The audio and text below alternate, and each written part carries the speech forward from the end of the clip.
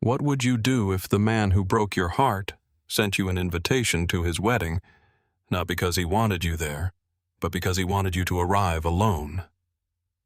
Nora Ellis stood in the rain outside the most dangerous private jazz club in New Orleans, holding a cream-colored invitation in one hand and the last gift her grandmother ever gave her in the other.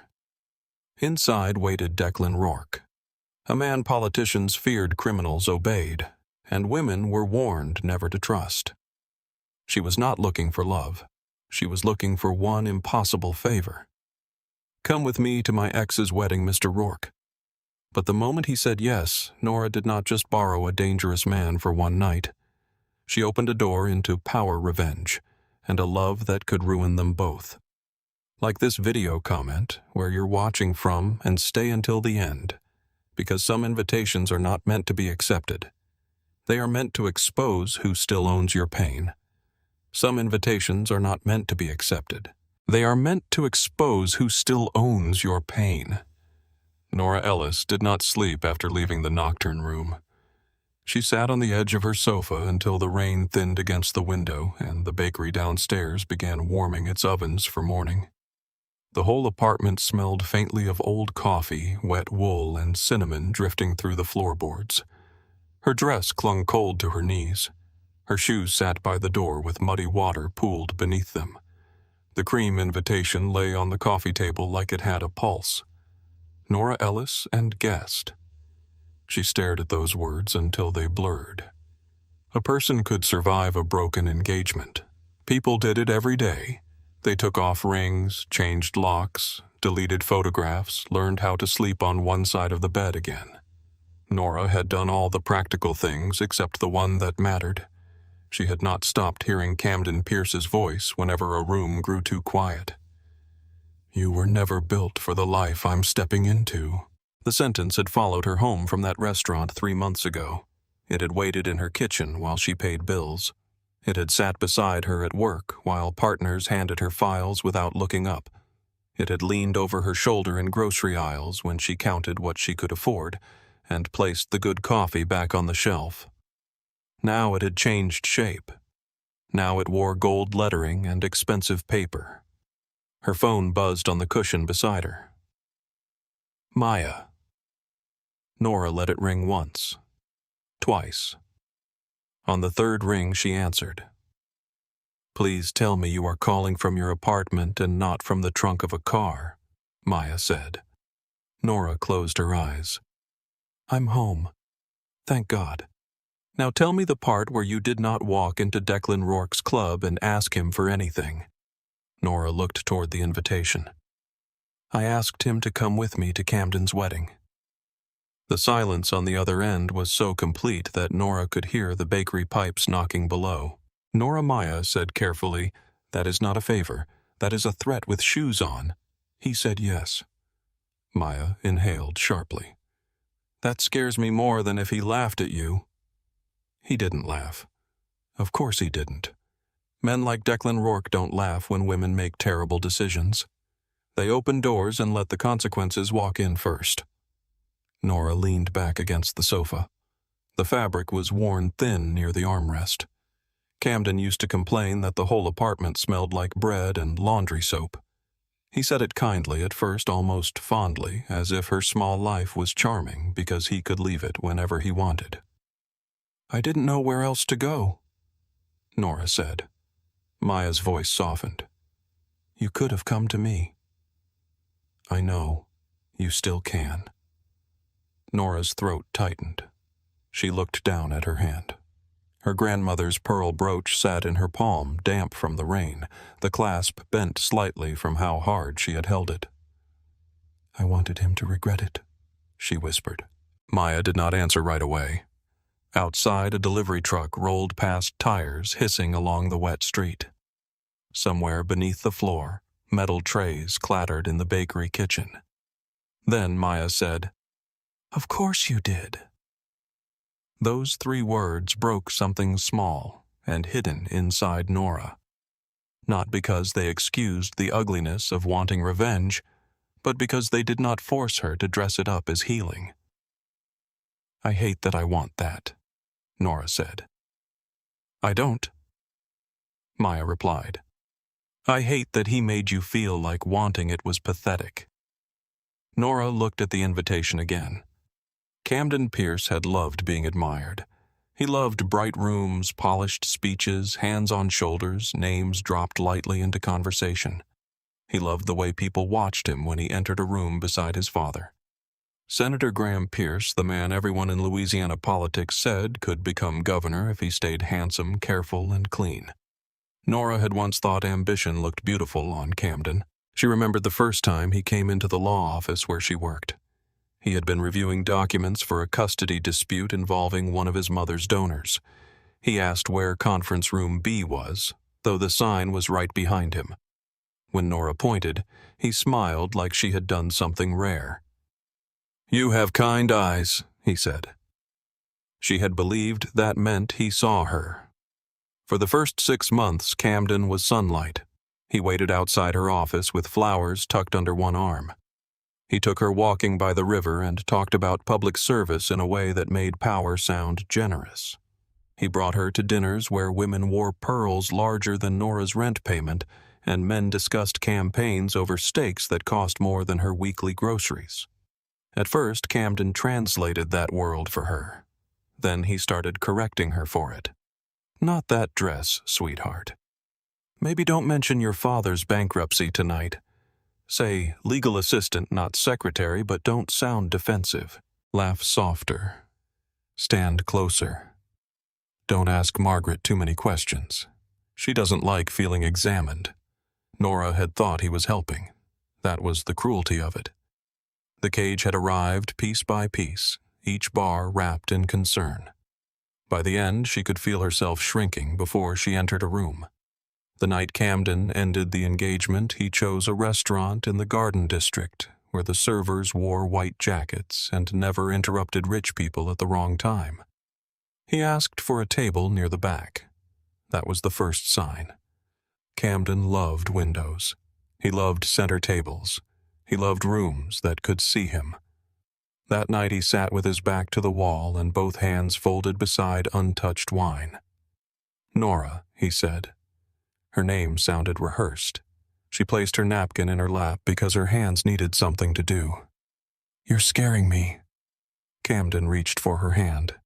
His touch was careful, almost ceremonial, like he was preparing to lay flowers on a grave. My father's campaign is entering a difficult period. Nora stared at him. Okay. There are alliances now. Donors. People watching every decision our family makes. Our family, she asked. His mouth tightened. Nora. That was when her heart understood before her mind did. Judge Whitmore has become important to the campaign, Camden continued. His daughter Sloane and I have known each other for years. Our families have discussed a possible arrangement. Nora laughed once. The sound embarrassed her. It came out too sharp, too wounded, too real for the room. An arrangement. Please don't do that. Do what make this ugly. She pulled her hand back. You brought me to a public restaurant to tell me you're leaving me for a judge's daughter because your father needs better campaign optics, and you're worried I'll make it ugly. Camden's face flushed not with shame, but irritation. That hurt worse. You're being emotional. I'm your fiancé. He looked away. Were. The word escaped him too fast. The table seemed to tilt. He closed his eyes as if she had forced him to be cruel. I didn't mean it like that. Yes, you did. His voice became soft then. That was always when Camden was about to hurt her most. You are wonderful, Nora. You're kind. You're steady. You're simple, in the best way. She stared at the candle between them until the flame split in two. You're describing furniture. I'm trying to tell you this isn't about your worth. That's funny, she said, because it feels exactly like a price tag. Then he said it, the sentence that stayed. You were never built for the life I'm stepping into. Nora had not cried at the table. She had not begged. She had not thrown wine, though later she wished she had at least ruined his shirt. She paid for the wine because Camden's card was declined from a bank security hold, and the humiliation on his face made him look almost human. Then she walked home in heels that cut both ankles bloody. At home, she took off the ring and placed it on the kitchen counter beside unopened mail. Then she sat on the floor until sunlight reached under the door. 2 weeks later, the invitation arrived. Cream paper, gold lettering, thick enough to feel like a verdict. Camden Pierce and Sloane Whitmore. Nora had read the names once. Then again, she thought that would be the part that hurt most. It was not. Nora Ellis and guest. That was the part that made her sit down, not because she wanted a guest, not because she needed someone to hold her hand through the ceremony.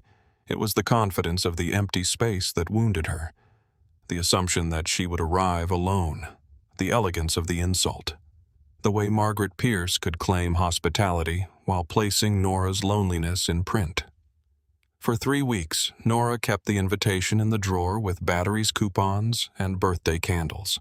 For 3 weeks, she opened the drawer every morning before work and every night when she came home. Then, on a rain-soaked Thursday, she pinned her grandmother's brooch to her coat, took the streetcar toward the French Quarter, and asked a mafia boss to become her answer. Maya stayed on the phone until Nora's voice steadied. "Promise me one thing," Maya said. "What do not mistake danger for devotion?" Nora looked toward the dark window. Her own reflection stared back, pale and tired hair still damp from the rain. "I won't. You say that now. But men like Declan Rourke don't have to raise their voices to make a woman feel chosen." Nora thought of his eyes in the club, gray as storm water. Thought of the way he had looked at the brooch and refused to take it. Thought of his voice when he said, "You give me 13 days. I know what he is." Nora said. Maya was quiet for a moment. "No," she said. "You know what people whisper. That's not the same." After they hung up, Nora tried to sleep. Instead, she lay on her side and listened to the bakery wake beneath her. The ovens clicked. Men laughed softly in Spanish. Someone dragged a metal cart across tile. The city outside rinsed itself clean beneath the last of the rain. At 7:59 in the morning, her phone lit up. D. Rourke. Outside. No good morning, no punctuation, no softness. Nora sat up so fast her blanket slipped to the floor. She typed, "It is not 8 yet." The reply came at once. "It is now." Nora stared at the screen. "Unbelievable," she muttered. She dressed in black pants, a cream sweater, and the least ruined pair of flats she owned. Before leaving, she opened the small velvet box on her dresser. Her grandmother's pearl brooch rested inside, old and luminous, the clasp repaired so many times the metal looked like it remembered every hand that had touched it. June Ellis had worn that brooch to church, to parent meetings, to the hotel where she cleaned rooms after her husband died, and once to a courthouse where she told a landlord twice her size that she would rather sleep in the street than pay money she did not owe. Nora could still hear her grandmother's voice from childhood, roughened by cigarettes she claimed not to smoke. "People will call you gentle when they mean easy. Don't help them." Nora pinned the brooch near her collarbone. Downstairs, a black SUV waited at the curb, its windows dark enough to turn the morning into a reflection. The bakery owner, Mr. Alvarez, stood outside arranging trays of bread in the display window. He paused when he saw the car. "You in trouble, Nora?" She forced a smile. "Not yet. That is not comforting." The passenger door opened before Nora reached the curb. A tall man stepped out, broad-shouldered, clean-shaven, wearing a charcoal suit that looked too expensive for daylight. His face held the calm of someone who noticed everything and reacted to very little. "Miss Ellis," he said, "you must be Elias." "I must be. Does Declan send armed men to every woman's apartment at 8 in the morning, only the ones who ask him to attend political weddings?" She almost smiled. "Fair." He opened the back door. "I can open a car door, I'm sure." He did not move. Nora got in. The ride through New Orleans felt different from the back of Declan Rourke's SUV. The city she knew as bus stops, corner stores, cracked sidewalks, and weathered porches became something colder behind tinted glass. The Mississippi flashed between buildings. Spanish moss hung low over old brick walls. A trumpet player stood beneath an awning near Jackson Square, his music rising silver and lonely through the damp morning. Elias did not look back often. That made him more unsettling, not less. After 10 minutes, he said, "You surprised him." Nora looked up. "Declan, yes. I doubt that. You asked him for a role no one offers him." "A fake date?" "A witness." Nora turned toward the window. The word settled somewhere under her ribs. A witness. That was not what she thought she had asked for, but maybe it was what she wanted. Not a man to make Camden jealous. Not only that, a man who could stand beside her while the people who humiliated her were forced to admit she had not disappeared. The SUV stopped in front of a riverfront building made of dark glass and pale stone. It rose above the water like money had learned to stand upright. Nora stepped out and looked up. Declan lives here. Elias closed the door. Sometimes. What does that mean? It means he owns places he does not sleep in. That sounds lonely. Elias looked at her, then truly looked as if she had said something she was not supposed to understand. It is. Inside, the lobby smelled like polished stone lilies and wealth. A doorman nodded to Elias without asking Nora's name. They passed through a private hallway to an elevator that required a key card, then a code, then Elias's thumb against a black scanner. Nora watched the numbers climb. 27, 28, 29. The elevator opened directly into Declan Rourke's penthouse. For a moment, she forgot to move. The place was enormous in a way that felt almost rude. Floor-to-ceiling windows looked over the Mississippi gray and restless beneath the morning light. The furniture was black leather, dark wood, and sharp lines.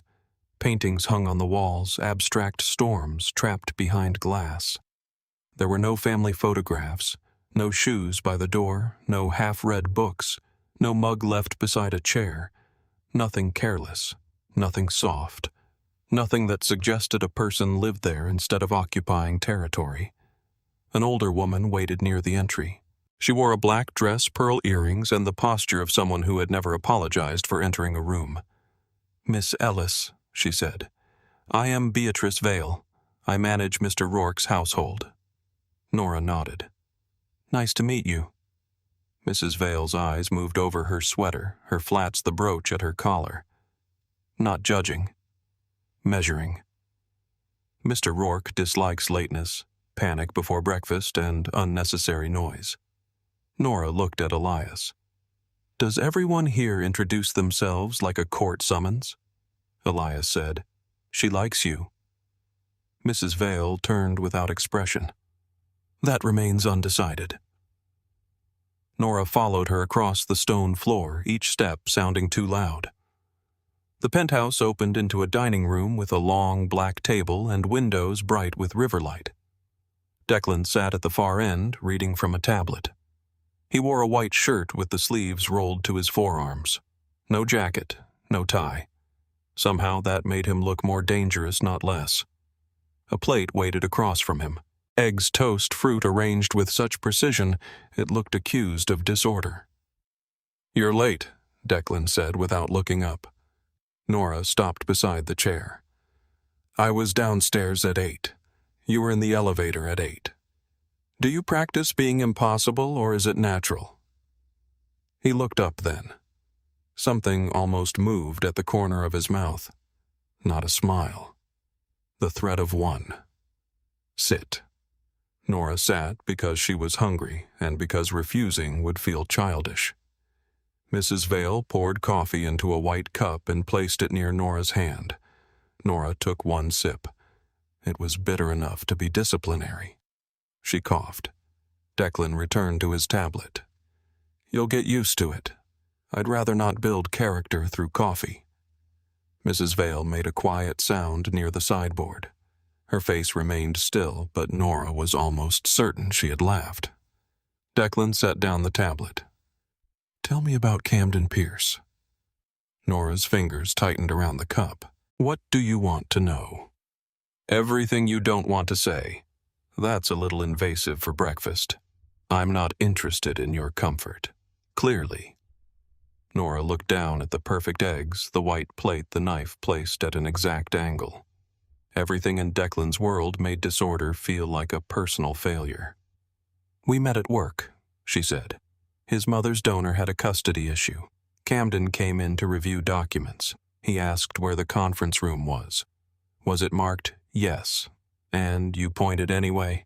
Nora looked at him. "That is what helpful people do." "No," Declan said. "That is what trained people do." Her mouth opened, then closed. He leaned back. "Continue." "He said I had kind eyes." Declan's expression remained unreadable. What kind eyes he said is what men say when they want a woman to feel seen without doing the work of seeing her. The accuracy was so clean it made her angry. "He was good to me at first." "I'm sure." "He was." "Then tell me." So she did. She told Declan about flowers outside the law office, walks along the river Sunday brunches, with Camden's hand warm at the small of her back.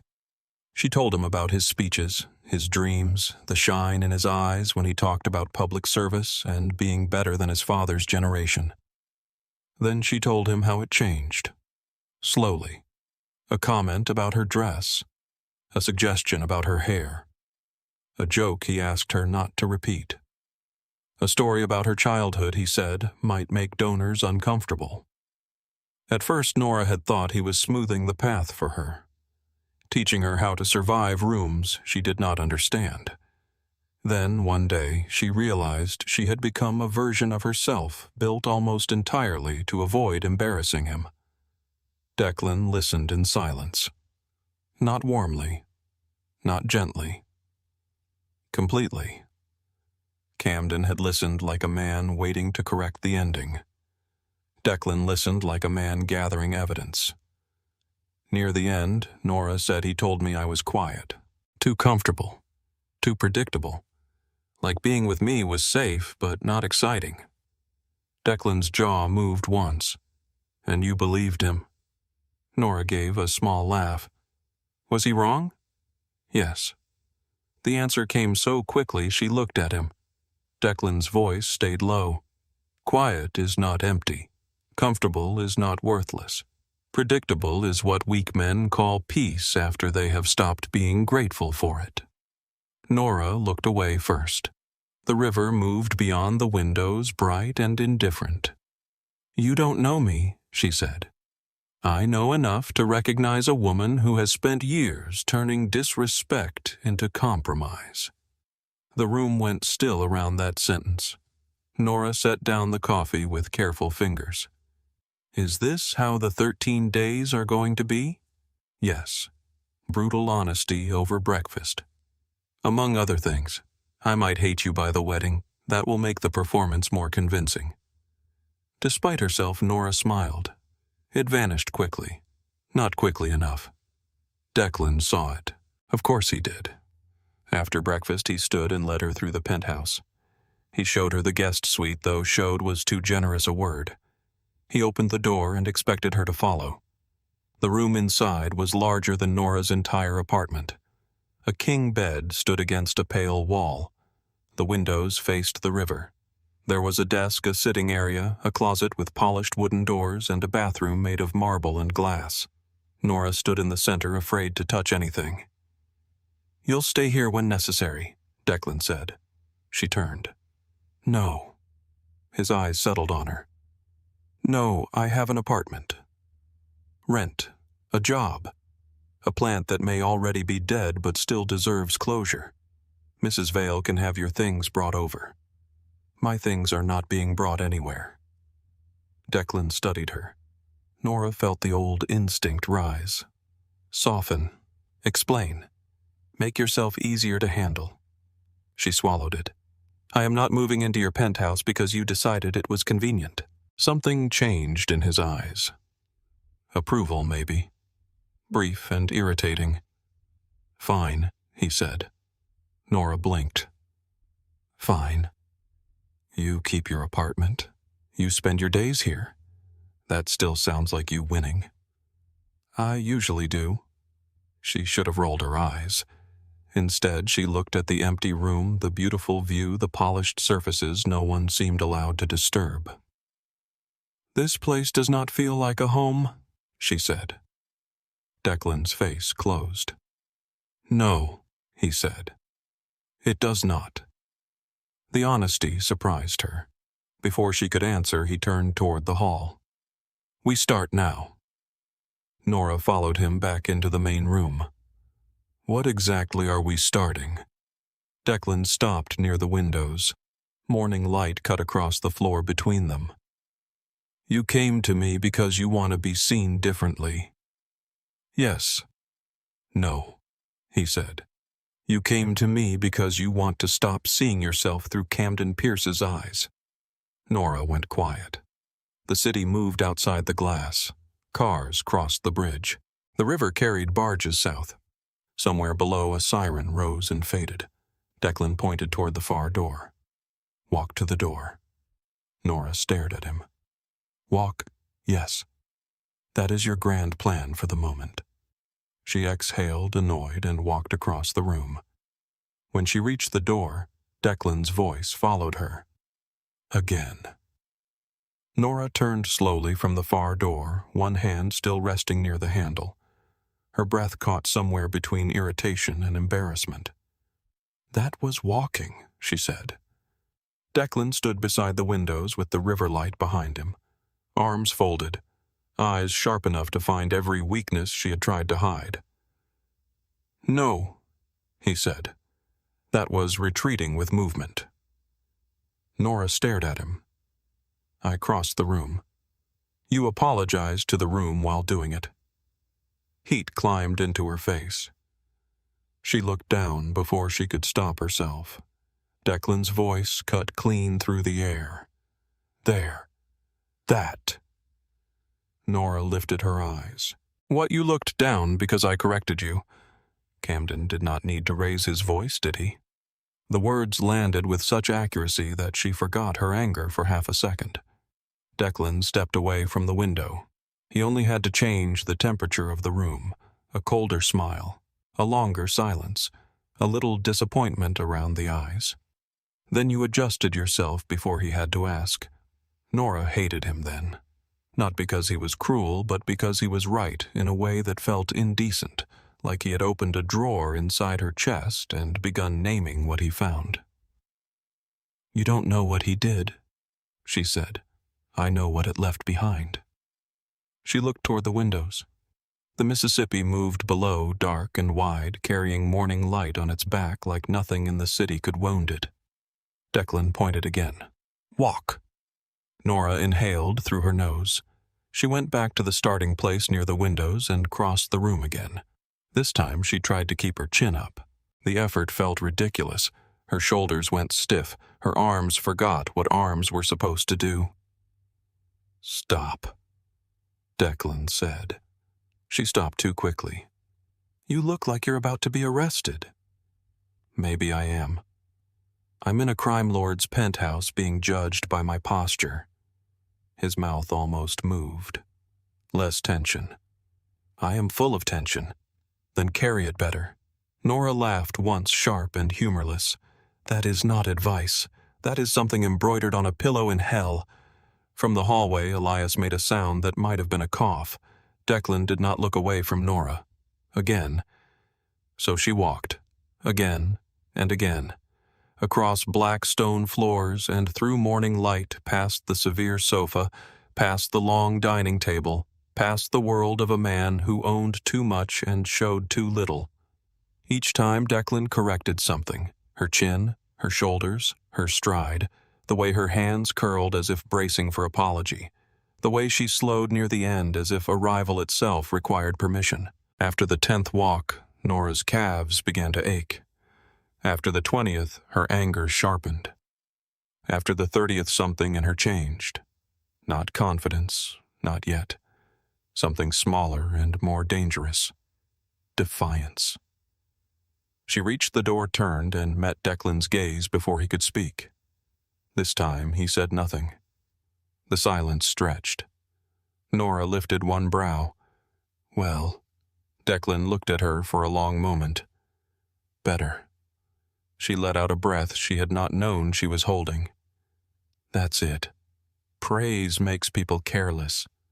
Or maybe it makes them human. His eyes darkened, but not with anger. Human is not the problem. Careless is. Mrs. Vale appeared near the kitchen entrance with a silver coffee pot in one hand. Mr. Rourke considers encouragement a gateway drug, she said. Nora turned toward her. I knew there was a reason I liked you. Mrs. Vale poured coffee into Declan's cup without smiling. That remains undecided. Elias walked in from the hallway, phone in hand, his face calm but alert. Car from the west entrance tried to idle too long across the street, he said to Declan. Plates came back clean. Too clean. Declan's attention shifted. It was subtle, but Nora felt the room change around it. His stillness became something harder. His gaze moved toward the windows, no longer seeing the river, but the streets below. Handle it. Already did. Nora looked from one man to the other. Should I ask? No, Declan said.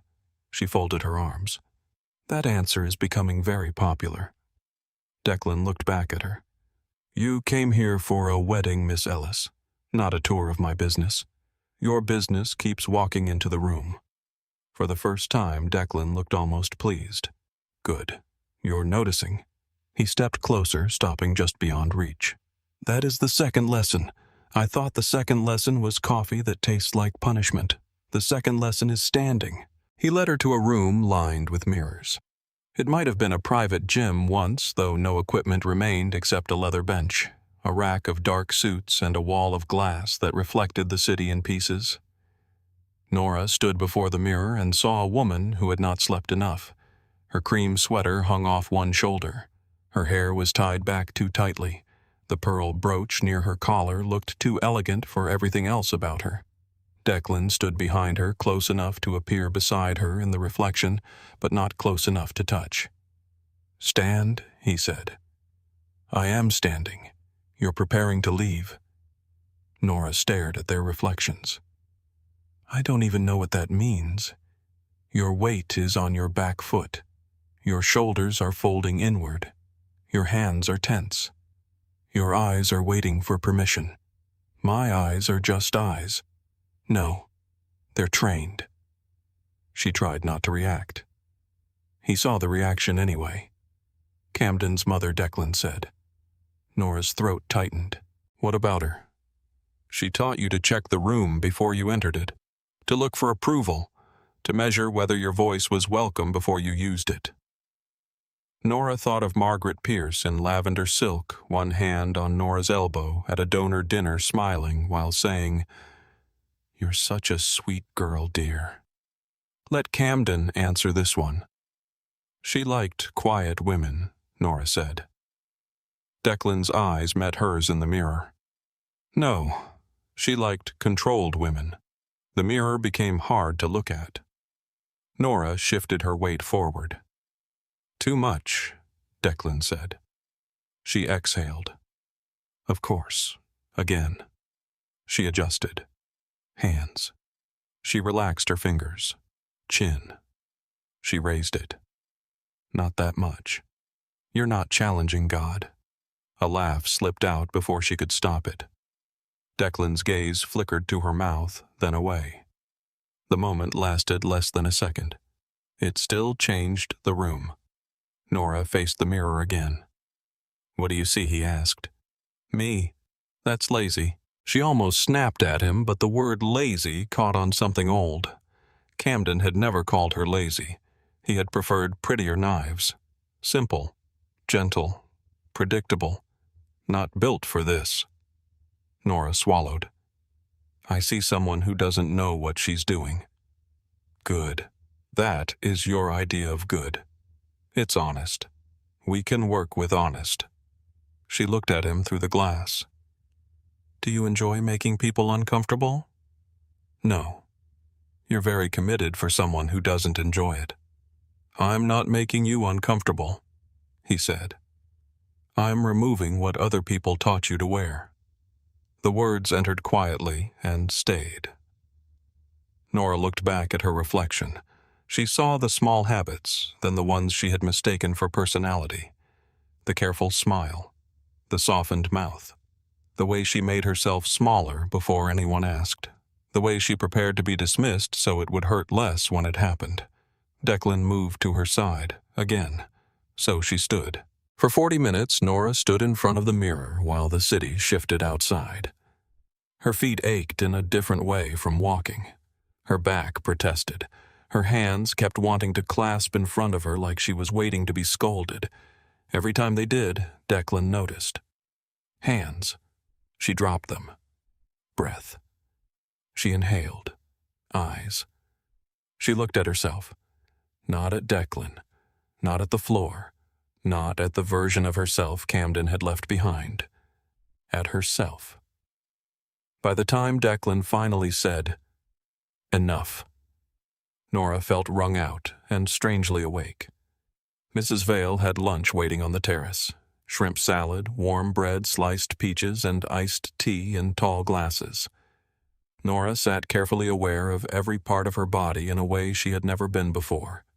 Elias leaned against the railing eating a peach slice with a pocket knife. Nora glanced at him. "Do you ever sit when it's safe?" So never. Rarely. Declan took his seat across from Nora. He did not eat immediately. He studied her like the morning had produced evidence. She picked up her fork. "If you tell me I'm holding this wrong, I'm leaving. You're holding it fine." "Fine," she repeated. That almost sounded like kindness. It wasn't. Mrs. Vale set a plate in front of Declan. It was proximity to kindness, she said. "We mark progress where we find it." Nora smiled into her glass. Declan ignored them both. After lunch came conversation. Declan called it social combat. Nora told him that sounded like something a man would say after threatening a tax attorney. This time he almost smiled where she could see it. They sat at the long dining table. Declan opened a leather notebook. Nora sat across from him with coffee she still hated and a headache forming behind her left eye. "People at that wedding will not insult you directly," he said. "They'll dress it beautifully." "I know." "No," he said. "You endured it." "That is not the same as knowing how it works." Nora leaned back. "Fine. Teach me how rich people stab each other with salad forks." Declan turned a page. "They will call humiliation concern. Curiosity will be an interrogation. Compliments will be traps. They'll ask whether you're seeing anyone not because they care, but because they want to know if you were chosen again." Nora's mouth went dry. He looked at her. "If you answer defensively, they win. If you answer honestly, they use it. If you answer too little, they call you cold. So you give them something polished and useless." "Polished and useless," Nora repeated. "Most polite society runs on it." He changed his posture then. Not much. His shoulders softened. His face warmed by one careful degree. His mouth curved into a kind smile that did not touch his eyes. When he spoke, his voice was lighter, sweeter, almost maternal. "Nora, dear, how brave of you to come." Her stomach dropped. It was Margaret Pierce. Not the voice exactly, but the poison under the sugar. The way kindness could become a locked door. Nora looked down. Declan's own voice returned flat as a blade. "Dead." She snapped her eyes up. "Excuse me, you looked down." "I was thinking." "You were bleeding." Nora's jaw tightened. Again he said. He became Margaret once more. "Nora, dear, how brave of you to come." Nora forced herself to smile. "I wouldn't miss it." Declan tilted his head still, Margaret. I worried it might be difficult for you. It was, Nora said. Then it wasn't. Declan dropped the act. Better. The word warmed something in her chest before she could stop it. She looked away. Don't look so pleased, he said. I am not pleased. You are. You say better like some people say I love you. The air shifted. Nora regretted the words the moment they left her mouth. Declan's expression did not change, but his silence did. Elias, passing behind the dining room, turned smoothly and walked in the other direction. Mrs. Vale disappeared into the kitchen with the instincts of a woman who valued survival. Declan closed the notebook. I do not say things I do not mean. Nora held his gaze. That must save time. It costs more than it saves. For a moment, neither of them moved. Then her phone buzzed on the table. Maya. Nora glanced at the screen. Still alive. She typed back. Physically, yes. Socially under construction. The reply came quickly. Do not fall for him. Nora stared at the words. Across the table, Declan watched her. She typed, I'm not stupid. Maya answered. That is not the same thing. Nora placed the phone face down. Declan said, Your friend dislikes me. She has survival instincts. She should keep them. Nora studied him. Are you warning me away from you? Yes, you're doing a terrible job. His eyes sharpened. Am I? Her breath caught. The room seemed to draw in around them, quiet and bright and dangerous. Nora felt the pull of him then, not the myth, not the whispered name, but the man who saw too much and stepped too close without touching. The man who corrected her posture like it was strategy and listened to her pain like it was testimony. She stood abruptly. I need air. Declan did not move. You know where the balcony is? The evening had turned the city blue by the time Nora stepped outside. The river reflected broken lines of light. A brass band played somewhere far below the sound, rising thin and sweet between buildings. She gripped the railing and breathed until her pulse slowed. The balcony door opened behind her. I said I needed air, she said. I own the balcony, not the air. Nora closed her eyes. You are impossible. I've been told, by people who survived saying it. Some. She turned despite herself. Declan stood in the doorway, sleeves rolled, collar open. For the first time, she noticed the scar along his ribs where the fabric shifted. Pale, jagged, ugly against otherwise controlled skin. She should have looked away. She did not. Who did that Declan followed her gaze? My brother. Nora's fingers tightened around the railing. Why Declan looked over the city. He thought our father would choose him if I was dead. The answer chilled the warm evening air. What happened? He was wrong. Nora watched his profile. The hard line of his jaw, the shadow beneath his eyes. She had spent 2 days being studied by him, measured, corrected, exposed. Now she saw the outline of the boy who had learned that family could become a battlefield before he was old enough to survive one. I'm sorry, she said. I'm not. Yes, she said softly. You are. His gaze cut to hers. Careful. Why do you always say that when I'm right? Because you don't know what being right can cost. The wind lifted a strand of hair across her cheek. Declan reached out, then stopped before touching her. The restraint was so visible it felt more intimate than contact. Nora should have stepped back. She did not. For one long second, the city disappeared beneath them. Then Declan lowered his hand. Tomorrow, he said, voice rougher than before we rehearsed the entrance. Nora released a breath. Of course we do. He turned toward the door. She caught his sleeve before she thought better of it. Declan looked down at her hand. Nora let go at once. Sorry. His eyes returned to her face. Don't apologize unless you mean it. I did mean it. No, he said. You panicked. The truth irritated her because it was the truth. She lifted her chin. Fine. I panicked. Better. There it is again. What? That word. Would you prefer silence? No, she said before she could stop herself. Declan studied her in the balcony light. Then he said, You're stronger than Camden deserved, sharper than Margaret allowed, and too honest for the kind of rooms you're about to enter. Nora went still. No one had ever spoken to her like that. Not as if she were delicate. Not as if she were useful. As if she were dangerous in a way she had not yet learned to respect. Declan opened the balcony door. Don't look so pleased. I said honest. I didn't say obedient. He went inside. Nora stayed at the railing a moment longer, smiling despite herself. The next several days built themselves around repetition.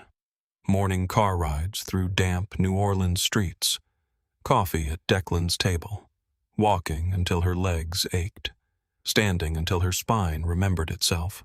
Answering invisible insults until her voice stopped shaking. Declan became Margaret Camden donors' wives, bored judges, drunk cousins, campaign staffers, men who smiled too long, women who asked questions like they were offering tea. He gave Nora every polished cruelty he could imagine. Are you seeing anyone seriously? Was the breakup sudden? Do you still work at that little law office? It must be a relief not to have the pressure of public life. Did Camden help you choose that dress? Each question was a thread. At first, Nora pulled the wrong ones. She explained too much, defended too quickly, bled too openly. Declan stopped her every time. Never hand them your wound, he said one afternoon. They will call it conversation and press their thumb into it. By the 7th day, Nora could answer Margaret Pierce without blinking. By the 9th, she could make Camden's concern sound embarrassing. By the 11th, she could smile at an insult and return it so cleanly it looked like grace. On the 12th day, Celeste Hart arrived with 3 assistants and enough garment bags to dress a courtroom. Nora stood in the guest suite while gowns were lifted from black covers. Red was too obvious. Black was too severe. Ivory made Nora say absolutely not before Celeste finished unzipping the bag. Celeste paused. You have opinions. Nora touched her grandmother's brooch. I have eyes. From the doorway, Declan said, Good. Nora turned. Are you supervising my wardrobe now I'm supervising the operation? Of course you are. Then Celeste held up the sapphire gown. The room changed. The color was deep quiet, alive in the light. The gown did not scream for attention. It waited for the room to understand it had already won. Nora touched the sleeve. This one. Celeste studied her. It requires posture. I've been terrorized into posture for almost 2 weeks. Declan's mouth curved just enough to be dangerous. Try it on. When Nora stepped out, nobody gasped. Real life rarely offered mercy that dramatic. Instead, Celeste stopped moving. Mrs. Vale paused at the doorway. Elias looked up from his phone, then looked back down with a small smile. Declan went very still. Nora looked down at herself. Is it too much? Declan's voice came low. No. She looked at him. Just no. No corrections. The room seemed to tilt softly. Celeste began pinning the fabric for tailoring, murmuring to an assistant, but Nora barely heard. Declan's gaze was not possessive. Not exactly. It was focused as if he had seen this version of her before she knew it existed. Later, after Celeste left, Nora stood alone in the guest suite, wearing her own clothes again. The sapphire gown hung on the wardrobe door like a dare. Her phone buzzed. Maya. Proof of life, please. Nora called her. Maya answered on the first ring. Tell me you still have all your organs. I tried on a dress, unless the dress was made of criminal evidence that does not answer my concern. It was sapphire. A pause. Oh no. What you said, Sapphire, like a woman in a romance novel right before she ruins her life. Nora sat on the edge of the bed. I'm not ruining my life. That's what women say when the lighting is good and the man is morally complicated. Nora rubbed her eyes. He's not what I expected. Dangerous men never are. That's how they get close enough. Nora looked toward the closed door. He listens. So do predators. He hasn't hurt me. Not all hurt starts loud. The room went quiet. Nora knew Maya was not being cruel. She was standing outside the fire and trying to describe the flames. I know, Nora said. Do you? Nora did not answer. The final rehearsal happened the next afternoon. Declan made the penthouse into a stage. Mrs. Vale stood near the dining room, pretending not to watch. Elias sat on the sofa with one ankle over the other, amused in a way that did not reach his mouth. Nora stepped out of the private elevator. Declan shook his head. Again. She stepped back in. The doors closed, opened. She stepped out. Too fast. Again. Too careful. Again. He looked at the floor. Again. By the time she did it right, she no longer felt like a woman entering a room. She felt like the room had been waiting for her. Declan stood near the windows. Good. Nora stopped. Not better. Good. Elias gave a low whistle. Promotion. Mrs. Vale turned toward the kitchen, but Nora saw her smile before she disappeared. Declan ignored them. Now with me. Nora's pulse changed. He crossed the room and offered his arm. Not his hand. His arm. Formal. Controlled. Proper. Somehow more dangerous. Nora slipped her hand around his elbow. The contact was light, but the effect was immediate. Declan was solid beside her. Warm. Certain. Standing next to him felt like standing near a storm that had chosen for the moment not to break. Do not lean into me, he said. I'm not.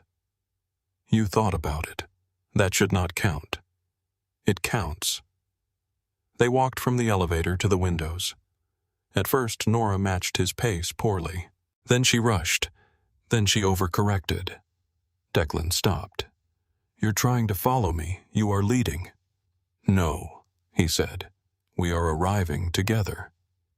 That sentence did something to her. She looked up. His eyes were not cold now. Again he said softer. So they walked again. This time Nora did not follow. She moved beside him. When they reached the windows, neither of them stepped away. Elias cleared his throat. Should I leave, or are we all pretending the air did not just catch fire? Nora pulled her hand back. Declan looked at Elias with a calmness that felt murderous. Elias stood. Leaving. Mrs. Vale's voice carried from the kitchen. Take your shoes off the sofa before you die. For the first time since Nora had met him, Declan laughed. It was brief, low, almost unwilling, but it was real. Nora stared. Declan looked at her. What? You laughed. I have laughed before. I doubt that. His mouth curved barely. Again. The final evening arrived in soft blue light. Nora stood before the mirror in the guest suite wearing the sapphire gown. Celeste had altered it perfectly. The fabric followed her body without clinging. Her hair was pinned low. Her grandmother's brooch rested near her heart, luminous against the dark blue. The woman in the mirror looked calm. Nora knew better. Her hands were trembling. A knock sounded at the open door. Declan stood there in a black suit, dark tie, white shirt, his expression still as stone. For once his eyes did not search for flaws. They rested on her face. You're ready, he said. Nora tried to laugh. It came out thin. I don't feel ready. That does not matter. It matters to me. Declan stepped inside, close but not touching. You think courage feels clean, he said. It does not. It feels like a shaking hand you refuse to hide. Nora looked down at her fingers. They were trembling. Declan reached out and took one hand in his. His thumb brushed once across her knuckles. The room narrowed around that touch. Tomorrow, he said, you do not look for Camden first. You do not look for Margaret. You do not search the room to see who approves of you. Nora's voice was quiet. Who do I look at? Declan's eyes held hers. Me. The answer should have sounded arrogant. It did not. It sounded like an offer, like shelter with teeth, like danger choosing for one impossible night to stand on her side. Nora swallowed. And if I forget everything, you won't. You can't know that. I can. How? His gaze dropped briefly to the brooch at her heart, then returned to her face. Because the woman who walked into my club would have traded her last heirloom to be seen for one night. The woman standing here would burn the room down before begging for a place in it. Nora's chest tightened. No one had ever spoken to her like she was dangerous in her own right. Declan released her hand and stepped back as if he had remembered himself too late. The car leaves at 4. Nora nodded. He reached the door, then paused. Nora. She looked at him. His voice was quieter now. Do not let them make you miss who you used to be. Then he was gone. Nora turned back to the mirror. For a moment she saw the old version of herself. The woman who sat on the kitchen floor after Camden left. The woman who opened the wedding invitation and felt her name become a joke. The woman who walked into the nocturne room with rain in her hair and desperation in her hands. She did not hate that woman. That woman had carried her here. Nora touched the brooch at her heart. Outside the windows, New Orleans glittered like a city full of secrets. Inside the room, the sapphire gown waited on her skin like armor. On the desk, the invitation rested where Declan had placed it that morning. Nora Ellis and guest. She picked it up, looked at the gold lettering, and smiled without shaking. The gold lettering was still in Nora's mind when morning came. Nora Ellis and guest. For weeks those words had looked like a punishment. A blank space beside her name, a little empty chair printed in expensive ink, a place where Camden Pierce and his mother expected loneliness to sit beside her and behave itself. But now, as pale Louisiana light spilled through the guest suite windows, the invitation felt different in her hand. It felt like evidence, not of what she had lost, of where she was about to return. Mrs. Vale entered without knocking, carrying a garment bag over one arm and a cup of coffee in the other. She looked as composed as always, silver hair pinned back, black dress, perfect face, unreadable, except for the faint softness in her eyes when she saw Nora standing barefoot by the desk. "You're awake," Mrs. Vale said. "I did not sleep much." "Good. Sleep makes people soft before battle." Nora looked at her through the mirror. "Is everyone in this house allergic to comfort?" Mrs. Vale set the coffee on the vanity. "Comfort is earned after surviving the day." There was no smile on her face, but Nora had learned to hear the warmth beneath the discipline. The sapphire gown hung from the wardrobe door like a secret waiting to become public. Nora touched the fabric once before stepping into the bathroom. The shower was too hot, but she did not adjust it. Steam filled the glass and wrapped around her shoulders. It blurred her reflection until she no longer had to look at her own face. For one moment, she let herself remember Camden's hands, the way they used to settle at her waist at donor dinners, possessive but gentle, as if he wanted the room to know she belonged to him. The way he stopped touching her near the end unless someone important was watching. The way his voice softened whenever he was about to say something cruel, as if tenderness could make a wound look civilized. She pressed her palms against the tile. "Not today," she whispered. When she stepped out, Celeste and 2 assistants were waiting in the bedroom with brushes, pins, makeup, and the focused silence of people who understood transformation as a craft. They did not ask Nora how she felt. She was grateful for that. Her hair was pinned low at the nape of her neck, soft enough to move, controlled enough not to fall. Her makeup was subtle, but sharper than anything she would have chosen for herself. Her eyes looked larger. Her mouth looked calmer. Her cheekbones seemed to belong to a woman who had never apologized for taking up time. The dress came last. The sapphire fabric slid over her skin like night water. Celeste fastened the back, smoothed the waist, and stepped aside. Nora faced the mirror. The woman staring back did not look abandoned. She looked like someone people would regret misreading. Her grandmother's brooch waited on the vanity. Nora picked it up and tried to fasten it near her heart, but her fingers trembled. A knock sounded at the open door. Declan stood there in a black suit so perfectly cut it made the room feel underdressed. His shirt was white. His tie was dark. His hair was brushed back from his face, and his expression was unreadable until his eyes found her in the mirror. Something in him stopped. Nora felt it. She turned slowly. "Say something." Declan entered the room. The assistants found reasons to disappear. Celeste followed them with the quick intelligence of a woman who knew when a room no longer needed witnesses. Declan stopped behind Nora and took the brooch from her hand. "Breathe," he said. "I am." "No. You're preparing to run without moving." His fingers brushed the fabric near her collarbone as he fastened the clasp. Nora felt the contact through her whole body. The pearl settled near her heart, warm from her palm. Declan's eyes met hers in the mirror. "You look like a problem," he said. Nora's mouth curved. "For who?" "For everyone who expected you to arrive as an apology." She turned to face him. For one breath, they stood close enough that the air between them felt spoken for. "You'll be beside me?" she asked. His face changed almost imperceptibly.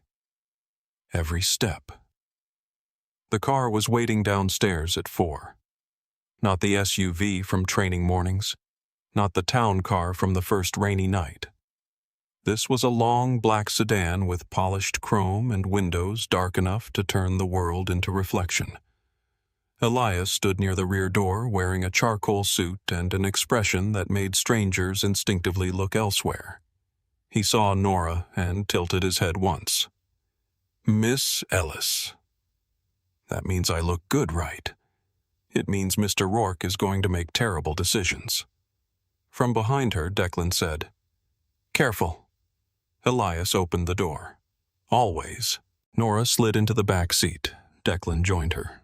The door closed with a soft, expensive sound that sealed them inside a quiet smelling faintly of leather rain and Declan's cologne. New Orleans moved past in pieces. Iron balconies, old brick, gas lamps flickering in daylight.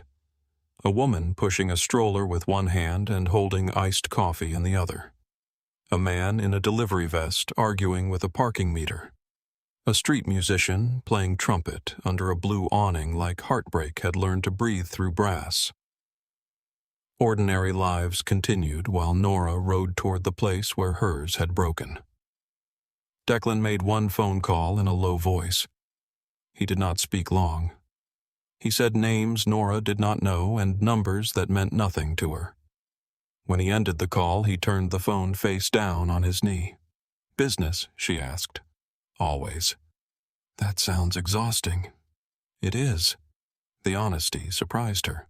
She looked out the window as the city gave way to wider roads, cleaner lawns, and houses that sat farther from the street.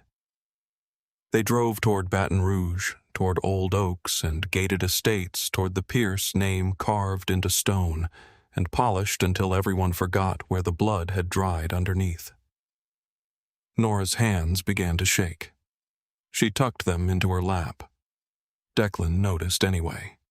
He reached across the seat and covered one hand with his. The gesture was quiet. No audience. No need. That made it worse. And better. "You do not owe anyone in that house your pain," he said. Nora stared at their hands. His was larger, steady, scarred across the knuckles in faint white lines. What if I see him and everything comes back? Then let it pass through. Do not build a home for it. She looked at him. That almost sounded healthy. I read one book once. Despite herself, Nora laughed. The sound loosened something in her chest. The Pierce estate appeared at the end of a long private drive. All white columns, wide porches, perfect lawns, and ancient oaks dripping Spanish moss over the approach like the past had refused to leave. White tents had been raised near the gardens. Valets moved between luxury cars. Guests in silk wool and pearls stood beneath the late afternoon sky holding champagne and speaking in voices designed never to carry too far. The sedan slowed. Nora's pulse climbed into her throat. Declan's hand tightened once around hers. Look at me. She did. Not down, he said. Not around. At me. The car stopped. Outside, a valet opened Declan's door. Declan stepped out first.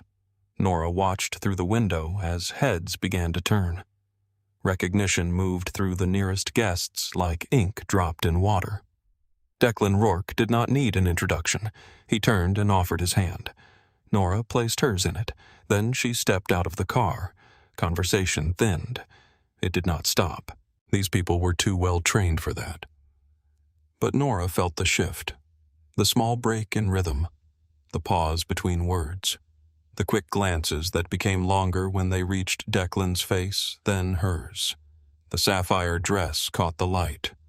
Her grandmother's brooch rested near her heart. Her spine stayed straight because Declan had made her walk across his penthouse until every muscle remembered how. Someone whispered her name. Someone else whispered his. Nora did not look toward the voices. Declan's hand rested at the small of her back, light enough to be polite, present enough to be unmistakable. Ready? He asked. No. Good. They walked up the stone steps together. Nora did not follow him. She arrived with him. At the entrance, Margaret Pierce waited in pale lavender silk and pearls that looked inherited from women who had never carried their own bags. Her smile was perfect. Nora had once mistaken that smile for approval. Never again. Nora Margaret said, extending both hands as if greeting a beloved daughter. What a lovely surprise. Nora let Margaret take her hands for exactly 1 second. You invited me. A flicker crossed Margaret's face. Small, but there. So we did, Margaret said. I simply was not certain you would feel comfortable attending. I appreciate your concern. Declan's hand remained at Nora's back. Margaret's gaze moved to him. And you have brought a guest? Nora smiled. Declan Rourke. Declan, this is Margaret Pierce. Declan offered his hand. Margaret had no choice but to take it. Mrs. Pierce, Mr. Rourke. I believe I know your name. Most people who need to do. The sentence landed gently. That made it more dangerous. Margaret withdrew her hand. I was not aware you and Nora were acquainted. There are many things you are not aware of, Declan said. Nora felt the air shift again. Margaret's smile tightened by a thread. Well, she said, the ceremony will begin soon. I hope you both enjoy the afternoon. We intend to, Nora said. Margaret looked at her then. Really looked perhaps for the first time in 2 years. Nora did not lower her eyes. When Margaret walked away, Nora exhaled. Declan leaned closer. Very good. Do not sound so surprised. I am not. She looked up at him. His mouth barely moved. I am pleased. That was worse than praise. They entered the ceremony space where white chairs had been arranged beneath a canopy of flowers. The air smelled of roses, cut grass, lake water, and money. A string quartet played something soft enough to be expensive. Guests watched Nora and Declan from behind champagne glasses and polite smiles. Elias appeared near the back, somehow already inside. Nora had stopped asking how he moved like that. Declan guided her to seats near the aisle, but not too close to the front. Strategic, she murmured. Visible without begging. Romantic. Accurate. She sat and smoothed the sapphire dress over her knees. Her heart beat hard, but not wildly now. The first blow had landed. She was still standing. The music changed. The wedding party began. Bridesmaids in pale gold walked down the aisle with practiced smiles. Men in dark suits followed, each one more polished than memorable. Then Camden appeared at the altar. Nora had imagined this moment so many times that seeing him in real life felt almost strange. He looked the same. Blonde hair, carefully styled. Navy suit. Clean jaw. Handsome in the way that made donors trust him and waiters forgive him. His smile was ready before he even needed it. For a moment, pain rose. Not sharp, not fresh, more like touching a scar and remembering the wound. Declan's hand found hers on the chair between them. He did not look at her. He simply laced their fingers together. Nora breathed. Camden looked across the guests. His gaze passed over faces, paused, moved on, then snapped back. He saw her. Then he saw Declan. The smile on his face faltered only for half a second. Nora would have missed it once. She did not miss it now. The old part of her waited for satisfaction. It did not come. Instead, she felt distance. Clean, strange distance. Like Camden Pierce was a man she had once read about in a book she no longer owned. Then Sloane Whitmore appeared. She moved down the aisle on her father's arm, radiant and controlled. Her dress was flawless. Her smile was flawless. Her posture was flawless. Nothing about her looked free. Nora watched her and felt the anger she had carried for months loosen in an unexpected place. Sloane was not the villain. Maybe she was not even the winner. Maybe she was another woman dressed beautifully for a bargain everyone else had made. Camden took Sloane's hand. The ceremony began. Words about love drifted through the air, polished and hollow. Partnership. Devotion. Choosing one another. Nora listened and wondered how many people in the audience believed them, and how many simply appreciated a well-performed lie. When vows were spoken, Camden's voice was steady. Nora remembered that voice promising her a small house one day. Children, maybe. A dog, if Margaret could be convinced. Sunday pancakes. A porch swing. A future that had sounded so warm she mistook it for truth. His promises had always sounded beautiful. She knew now that beauty and truth did not always enter the same room. Declan leaned slightly closer. "You're quiet," he murmured. "I'm watching." She looked at Camden and Sloane beneath the flowers. "I do not envy her." Declan's thumb moved once against her hand. That was all. When the ceremony ended, the guests stood. Applause rose like rainfall. Camden kissed Sloane, and the quartet swelled as if music could make the moment holy. The newly married couple turned and walked back down the aisle. As Camden passed Nora's row, his eyes met hers. This time he did not look away quickly. He saw her sitting tall. He saw Declan's hand around hers. He saw no tears, no pleading, no proof that he had ruined her. Something tightened in his face. Nora gave him a small, calm smile. Then he was past her. Declan stood and offered his arm. She took it.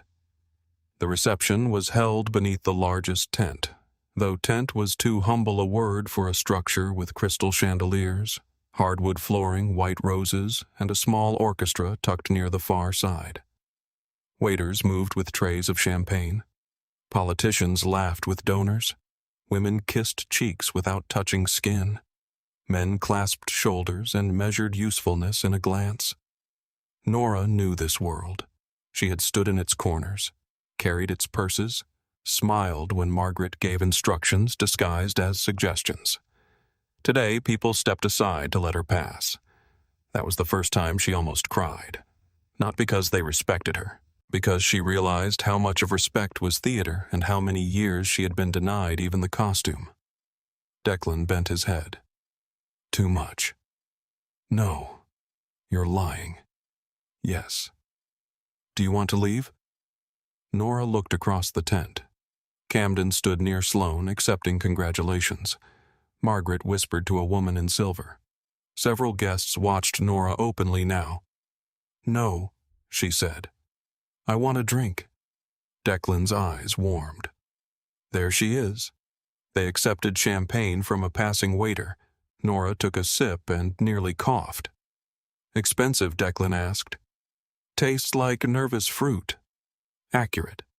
At their assigned table, Nora found herself seated with a retired judge, a real estate developer, a lobbyist's wife, and a woman who introduced herself as Camden's godmother, but looked at Nora as if she had discovered an interesting stain, so the godmother said after the salad course arrived.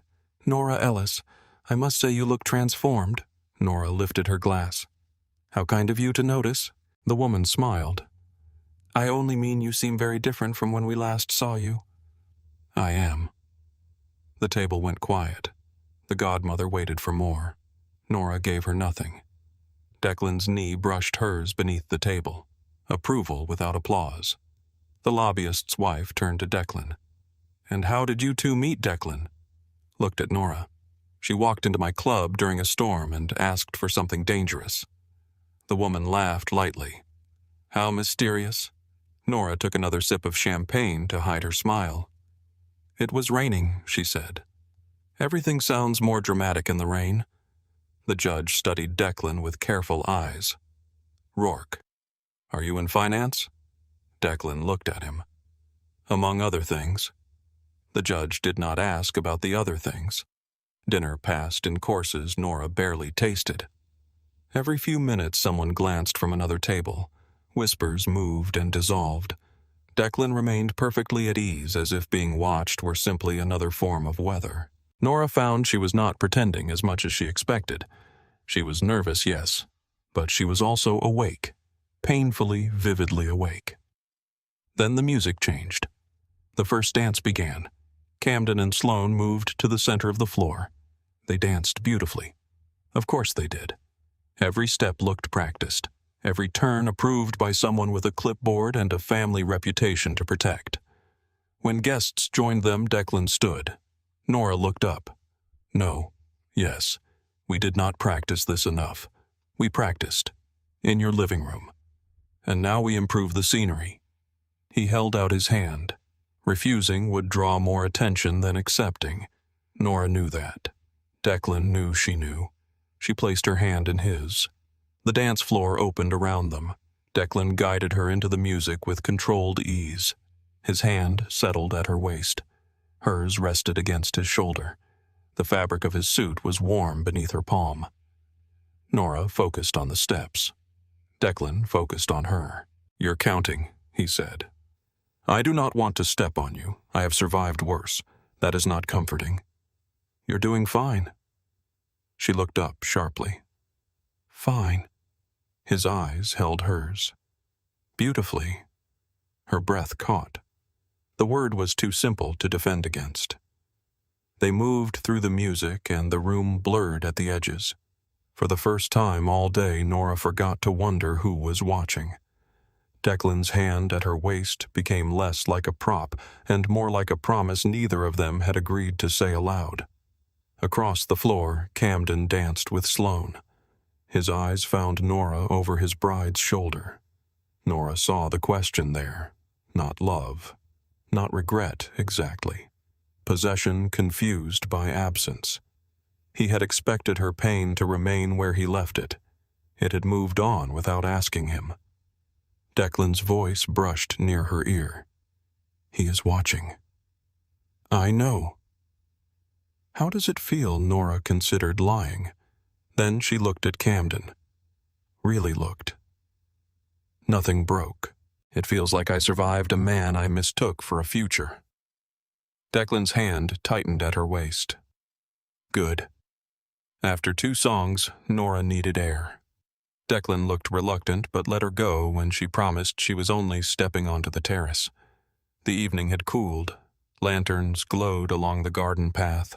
Beyond the hedges, the lawn stretched toward dark trees and a sky turning violet. Nora stood alone for less than a minute. Nora. She closed her eyes. Of course.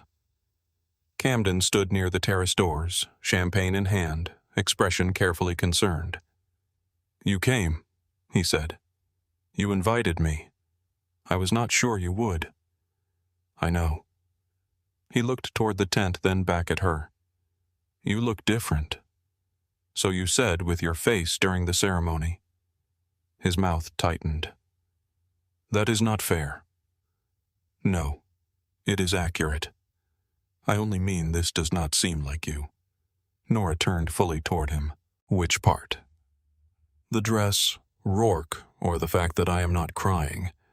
His concern thinned, revealing irritation beneath. I am trying to look out for you. You ended our engagement to marry someone useful to your father. His jaw tensed. And now you are worried about me because I came with a man you cannot dismiss. Declan Rourke is dangerous. So are men who make women feel small and call it protection. Camden stepped closer. Nora did not step back. You do not know what you are involved in, he said. No, but for once I chose it myself. His hand reached for her arm. He barely touched her. Declan's voice cut through the terrace. Remove your hand. Camden froze. Declan stood in the doorway. Black suit, dark eyes, all the warmth gone from his face. The garden seemed to hold its breath.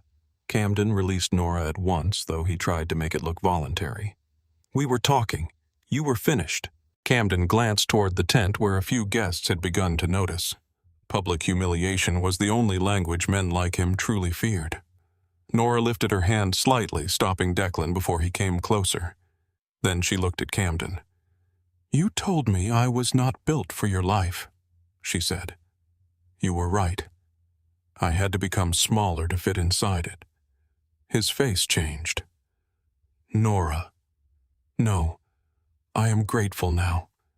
Not because you hurt me, because you made me see how much of myself I had already given away before you left. The words came calmly. That made them stronger. I hope Sloane gets more honesty from you than I did. Camden looked wounded. Nora no longer felt responsible for tending it.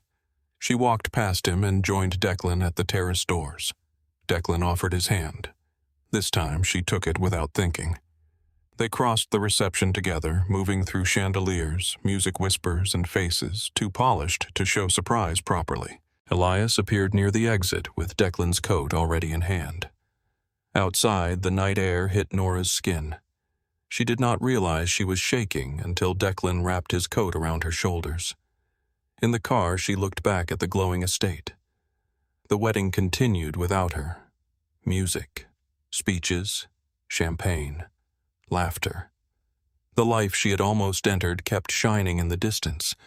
It no longer looked like a dream. It looked like a beautiful house with locked doors.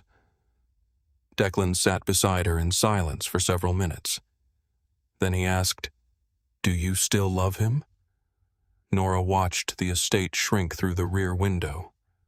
No. Declan looked at her. She looked back. I think I loved who I became while trying to earn him. That is the part I am grieving. Declan's face softened for one unguarded second. Then his phone rang. The sound sliced through the quiet. He looked at the screen. Whatever he saw erased every trace of softness. He answered. Nora could not understand the voice on the other end, but she watched Declan's jaw harden, watched his gaze move from her to the dark road behind them. When he spoke, his voice was low. Find Elias. Lock down the riverfront. Nobody moves without my order. Nora's fingers tightened around the edge of his coat. Declan ended the call and turned the phone over in his hand. The car kept moving through the night. What happened? Nora asked. Declan looked at her, and for the first time since she had met him, she saw something in his eyes that looked almost like fear. The Pierces were not the only people watching us tonight. The words stayed in the car long after Declan said them. Nora looked from his face to the dark road behind them, where headlights drifted in and out of the rear window like distant eyes. A few hours ago, she had been standing beneath chandeliers, learning that her heart could survive seeing Camden Pierce marry another woman. Now Declan's coat was wrapped around her shoulders. His phone was silent in his hand, and every shadow outside the glass felt like it had a name. "What does that mean?" she asked. Declan did not answer quickly. That frightened her more than if he had lied. The driver kept both hands on the wheel. The city lights grew closer, scattered gold against the black Louisiana night. Beside Nora, Declan sat perfectly still, but something in him had changed. His attention was no longer on her, not fully. It had spread outward, filling the car, the street, the dark spaces between buildings. He looked like a man listening to threats no one else could hear. Declan. His eyes moved to hers. For 1 second, she saw the man from the dance floor, the one who had told her she was doing beautifully, the one whose hand had rested at her waist like it belonged there. Then the wall came down. "You're going home," he said. The sentence landed cold. Nora blinked. "What? When we reach the city. Elias will take you back to your apartment. You said we were going to the penthouse." I changed my mind. "Because of that call?" "Yes." "Then tell me what happened." "No." The word was flat final. Nora stared at him, waiting for the explanation that did not come. The car entered New Orleans, passing beneath orange streetlights and dripping oak branches. Declan's face appeared and vanished in the rhythm of the city, hard-shadowed, unreadable. "You do not get to do that," Nora said. His gaze cut to hers. "I do." "No. You do not get to put your coat on my shoulders, hold my hand through the worst day of my life, tell me people were watching us, then drop me at my apartment like a returned package." His jaw tightened. "I told you from the beginning this was temporary. You told me a lot of things, and you heard what you wanted. The cruelty was precise. It did not sound accidental. Nora felt it strike, then spread. For a moment she was back at that restaurant with Camden, listening to a man soften his voice around a blade. Only Declan did not soften. Declan turned himself into ice and expected the wound to freeze before it bled. She pulled his coat from her shoulders and set it between them. Declan looked at it. Something moved in his face. Not regret. Not enough. The car stopped in front of her building. The bakery downstairs was dark, its window display covered for the night. Rainwater glistened along the curb. Her apartment windows were dim except for the kitchen light she had forgotten to turn off. Elias opened the door. Nora did not move. She looked at Declan. "Say it honestly." His eyes were dark. "Say what? That you're sending me away because the job is done. Not because you're scared." The silence changed shape. Elias looked toward the street, suddenly very interested in nothing. Declan leaned closer, his voice low enough for only her to hear. "I am not a safe man to stand beside." "I know." "No," he said. "You like the idea of knowing. That is not the same." Nora swallowed, but she did not look away. "You think I do not understand danger because I spent my life filing legal documents and smiling at people who forgot my name. That is not what I think. Then stop treating me like a child." He looked at her for a long moment. When he spoke, his voice was colder than the rain outside. "You were useful tonight. You did what you came to do." Nora felt the words cut. Useful. That was worse than cruel. Useful was how powerful people described furniture favors women who behaved well at dinners. She reached for the door. "Thank you for reminding me what men sound like when they get frightened." Then she stepped out. Elias closed the car door behind her, but he did not leave right away. He stood beside her beneath the weak yellow light over the bakery entrance. "He is trying to keep you alive," Elias said. Nora looked at him. "Then he should try using words that do not make me wish I had never met him." Elias almost smiled. "That is fair." The black sedan pulled away from the curb. Nora watched it disappear around the corner. Only then did she realize her hands were shaking. Inside her apartment, everything looked smaller than she remembered. The narrow table, the sagging sofa, the stack of mail by the sink. Her work bag slumped against the wall like it too had given up waiting for a better life. She unpinned her grandmother's brooch and set it carefully on the counter. Then she stood in the middle of the room in the sapphire gown and let the silence come. No applause, no chandeliers, no Declan. Only her kitchen light humming above her and the dull ache in her ribs where his words had landed. She did not cry. That surprised her. The next morning the envelope was taped to her apartment door. Plain white. No stamp. No name. Nora found it when she opened the door to take out the trash. For a moment she thought it was a notice from the landlord. Then she saw the black wax seal pressed against the flap. A snake wrapped around a crown. Her skin went cold. She carried the envelope inside, locked the door, then opened it with a butter knife because her fingers would not behave. A photograph slid onto the counter. Nora and Declan on the dance floor, his hand at her waist. Her face tilted toward him. The room blurred behind them, all light and flowers and watching eyes. On the back, written in black ink, were 8 words. "A king kneels when the right woman bleeds." Nora stared until the letters seemed to move. Her phone rang before she touched it. "Declan." She answered without speaking. "Open your door," he said. She turned. A hard knock sounded once. Nora opened the door. Declan stood in the hall in a black coat, his face stripped of everything human except fury. Elias stood behind him, one hand near his jacket. 2 other men waited at the stairwell. Declan's eyes moved over her face, her hands the room behind her. "Are you hurt?" "No." He stepped inside, not asking. Not this time. Nora should have been angry. She was. But fear had wrapped cold fingers around her throat and anger had to share space. Declan picked up the photograph with a hand that looked steady only because he had made it so. "Victor Kane," he said. Nora closed the door. "Who is Victor Kane?" Declan turned the photo over and looked at the message again. "A man who has wanted me dead for 6 years. That does not answer the question." "It answers enough." "No," she said. "It does not." His gaze lifted.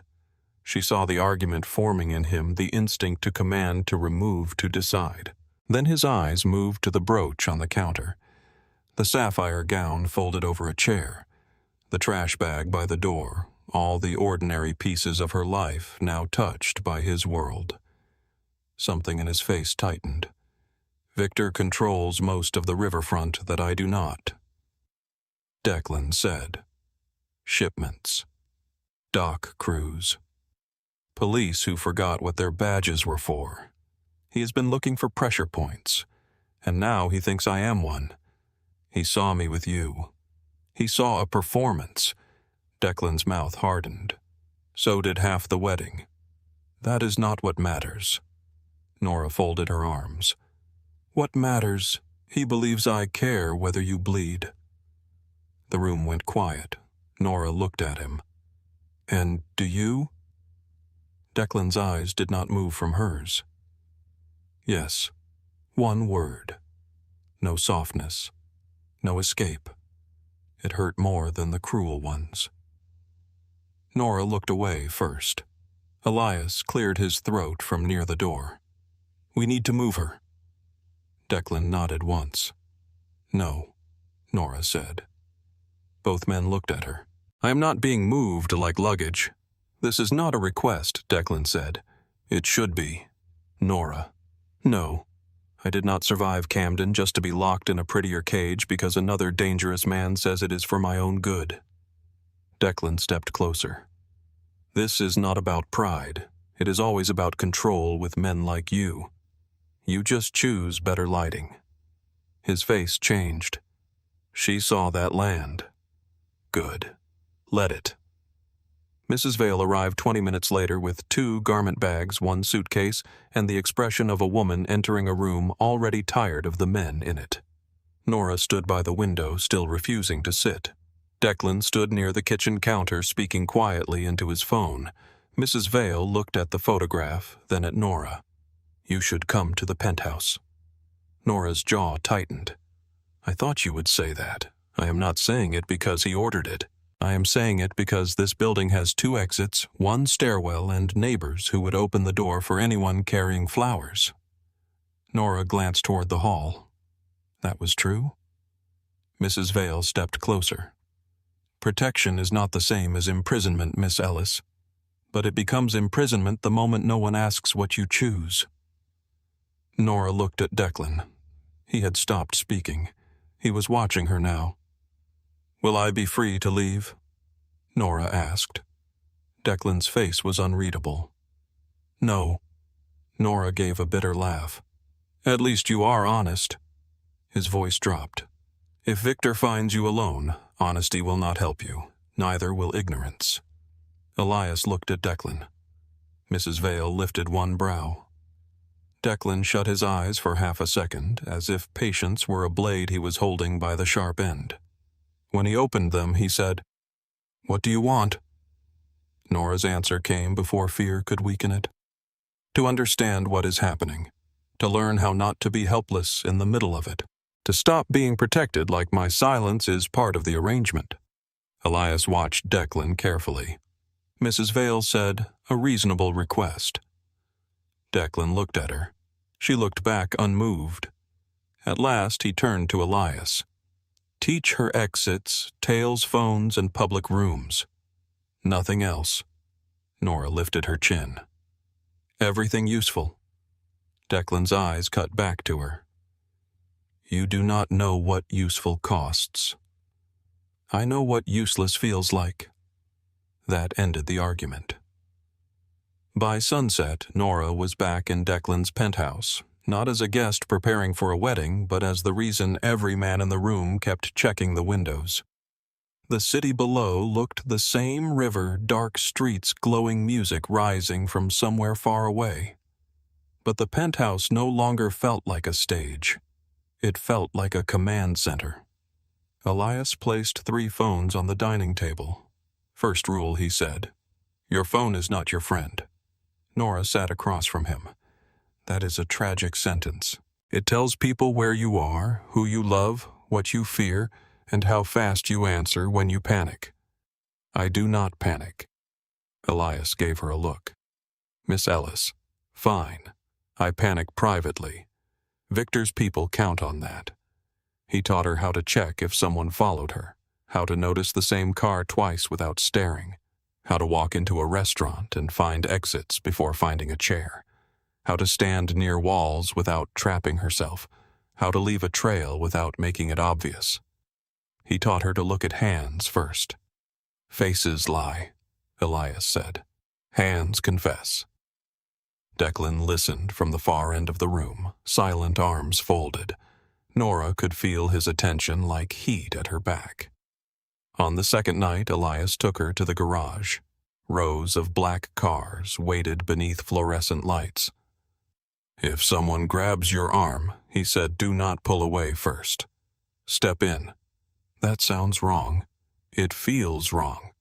That is why it works. He demonstrated slowly. Nora practiced. Badly at first, then better. Her wrist hurt. Her shoulder ached. Her pride bruised cleaner than her skin.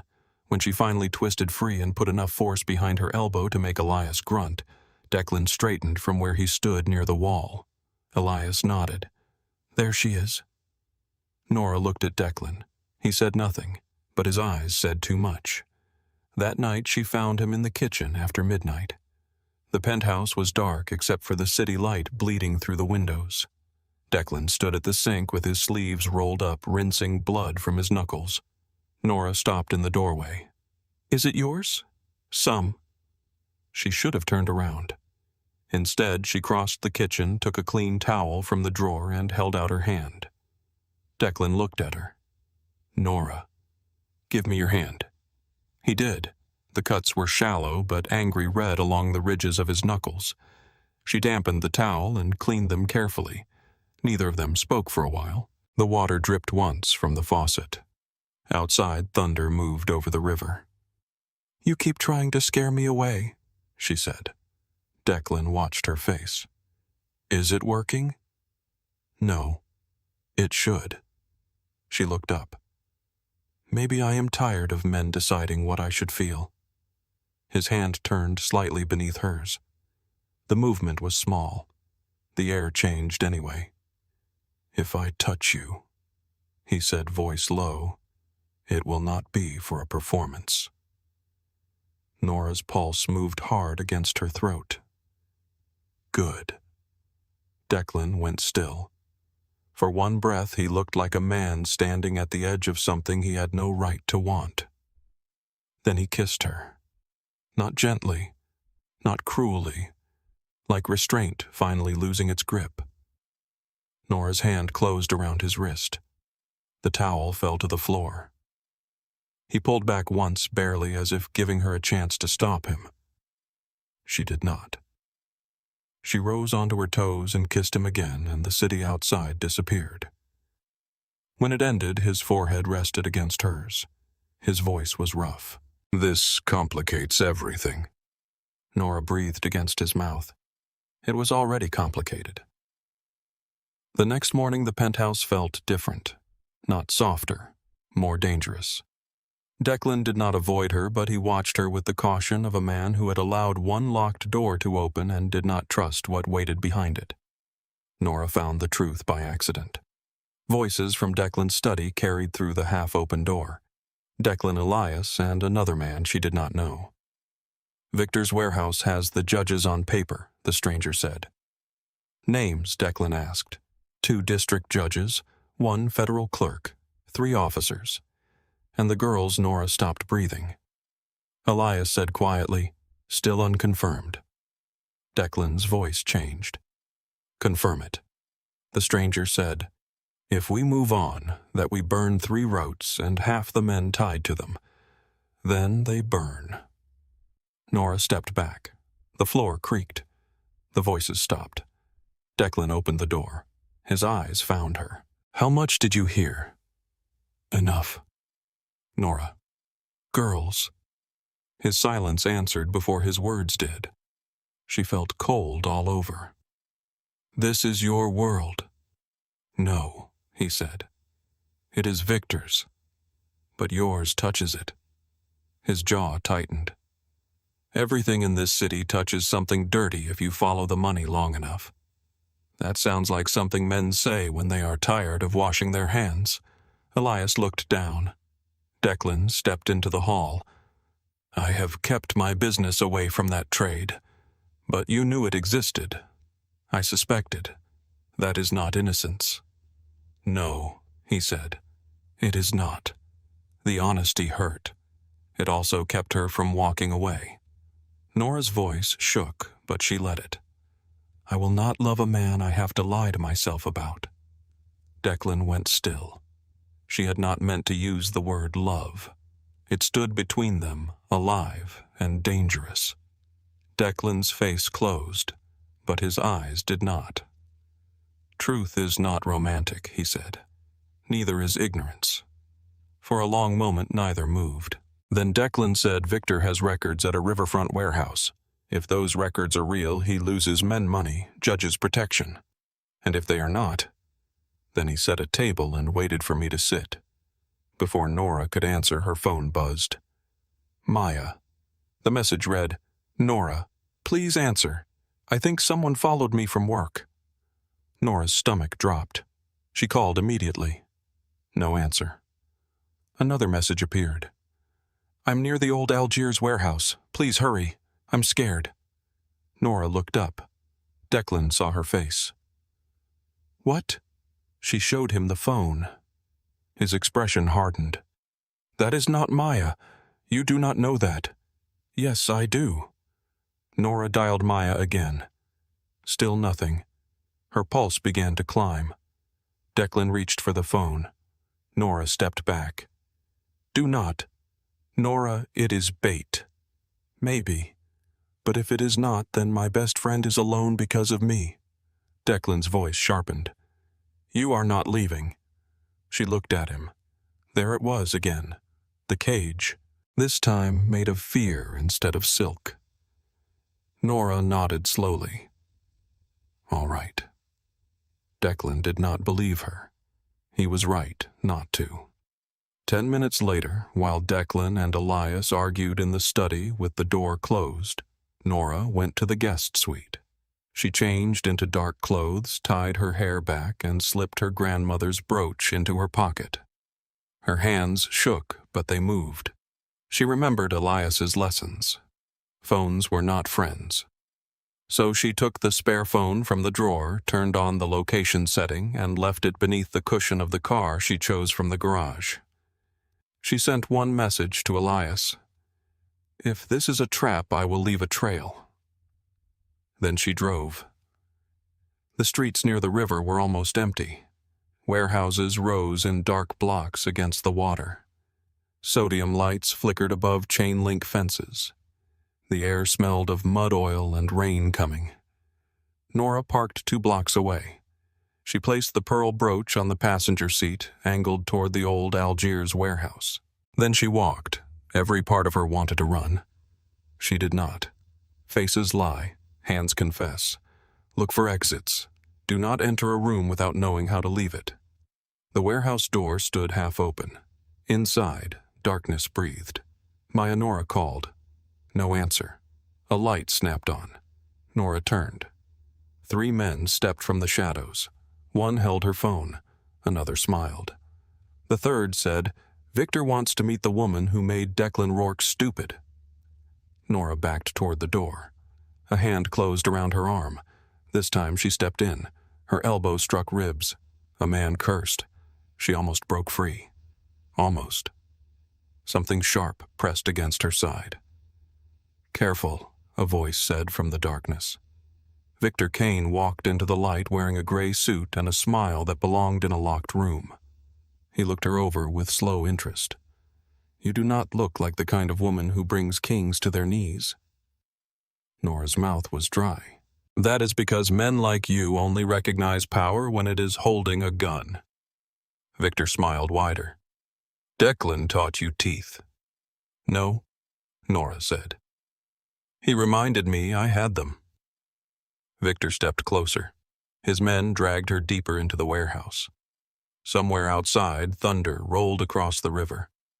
Nora looked around through her fear. Broken camera near the corner. Gas cans stacked by a side door. One guard favoring his left leg. Her stolen phone lying on a crate beside a silver lighter. She was terrified. But fear was no longer the only thing inside her. Victor tilted his head. "Let us see how much the king is willing to lose for you." At the far end of the warehouse, a door slammed open. Rain blew in behind a figure dressed in black. Declan stood in the entrance, his face calm in a way that made every man in the room go still. Victor pressed a gun near Nora's ribs. "Take one more step, Rourke, and she pays for your reputation." Declan stopped. For the first time, Nora saw it clearly. Not the power he carried, the fear beneath it. Victor saw it too. "There it is," Victor whispered. "The great Declan Rourke, finally afraid." Nora met Declan's eyes. Her fingers shifted toward the lighter on the crate. Declan noticed. Not much. Just enough. A silent understanding passed between them while the storm pressed against the walls and the warehouse held its breath. Nora did not move first. That was the hardest part. Every instinct in her body screamed to run, to fight, to collapse, to become the frightened woman Victor Kane expected her to be. His gun was cold against her ribs. His men stood around her in a loose circle, watching Declan, watching the door, watching the king they had finally managed to make still. But Elias had taught her that fear was loud and survival was quiet. So Nora breathed. Once. Twice. She let her eyes lower, not in surrender, but in measurement. The silver lighter sat on the crate near her hip. Her stolen phone was beside it. A gasoline can waited on the floor beneath the broken security camera. One of Victor's men shifted his weight from his injured left leg to his right. Another kept looking at Declan instead of Nora. Good. Let them look at him. Declan stood in the open doorway, rain moving behind him in sheets. His suit was soaked at the shoulders. His hair was dark with water. His face held no expression, but Nora saw the muscle working in his jaw. Victor smiled. "You know, I never believed the stories he said. Declan Rourke, no heart, no family, no soft places to cut. Then you walk into a wedding with a woman on your arm and look at her like she put breath back into your lungs." Declan's eyes did not leave Nora. "Let her go." Victor laughed softly. "Listen to that," he asks. The great butcher of the riverfront asks. Nora felt the gun press harder. Declan's hands remained at his sides. "You wanted me here," he said. "I am here. I wanted you helpless. You'll be disappointed." Victor leaned closer to Nora. "I don't think so." Nora's fingers brushed the edge of the crate. Declan's gaze flicked once, barely enough to notice. Victor missed it. Nora did not. She reached for the lighter. Victor felt the movement and grabbed her wrist. For one frozen second, everything stopped. Then Nora stepped in instead of pulling away. Her shoulder drove back into Victor's chest. His grip slipped. The gun shifted from her ribs. She slammed her heel down hard against his foot, then twisted the way Elias had shown her. Pain shot up her arm bright and sharp, but her hand broke free. She caught the lighter. Victor cursed. The room exploded. Elias fired from the upper walkway before anyone saw him. The overhead lights burst one by one, showering sparks into the dark. Men shouted. Gunfire cracked through the warehouse. Nora dropped to the floor as bullets ripped into wood and metal above her head. She flicked the lighter once. Nothing. Her hands shook. She flicked it again. Flame. Small. Gold. Alive. She threw it toward the gasoline slick spreading beneath the crate. The fire caught with a soft blue breath, then climbed fast. Victor lunged for her. Declan reached him first. The sound of their bodies colliding was not like in movies. It was ugly, heavy, bone against concrete, rage against rage. Nora crawled toward the side door through smoke that burned her eyes. One of Victor's men grabbed her ankle. She kicked backward with everything she had. Her heel struck his face. He let go with a shout. A hand closed around her arm. She swung before looking. Elias caught her wrist. "Easy, Miss Ellis," Nora gasped. "You are late." He looked past her at the growing fire. "Technically, you started early." Another shot rang out. Elias pulled her behind a stack of crates. The warehouse filled with smoke and orange light. Rain hammered the roof. Somewhere near the center of the room, Declan and Victor moved through shadows like two old sins fighting for the right to survive. Victor slashed with a knife. Declan caught his wrist. Victor drove his knee into Declan's ribs. Declan staggered, then struck him across the jaw hard enough to send him into a metal table. Nora started forward. Elias held her back. "No. He's hurt. He has been hurt before. That is not comforting. It was not meant to be." Victor spat blood and laughed. "She made you slow," he said to Declan. "You should have left her in that little apartment where she belonged." Declan's face went still. Nora knew that stillness now. It was the place where mercy went to die. Declan stepped toward him. Victor lifted the gun. Nora saw it first. Declan moved, but not fast enough. The shot cracked through the smoke. He twisted as the bullet tore across his side. Not deep enough to drop him. Deep enough to make Nora's heart stop. Victor raised the gun again. Before he could fire, Nora grabbed the loose metal pipe near her feet and swung it into his injured knee. Victor screamed and collapsed. Declan kicked the gun away. Then he stood over Victor, breathing hard, blood darkening the side of his shirt. The warehouse quieted by degrees. Elias's men moved through the smoke, disarming Victor's people. Sirens wailed in the distance, faint but growing. Not police sirens, Nora realized. Not only police. Federal agents. Real ones. Victor looked up at Declan from the floor, hatred bright in his eyes. "Go on," he rasped. "Do it. Be what you are." Declan stared down at him. Rain blew through the open door behind him. Firelight moved across his face, painting him in gold and shadow. Victor smiled through blood. "She is watching. Show her the man she chose." Nora stepped forward before Elias could stop her. "Declan." He did not look at her. For a moment she thought she had lost him to the thing the world had made him, to the boy who learned survival from betrayal, to the man who believed fear was safer than love, because fear never asked him to become better. Then Declan lowered his hand. Victor's smile faded.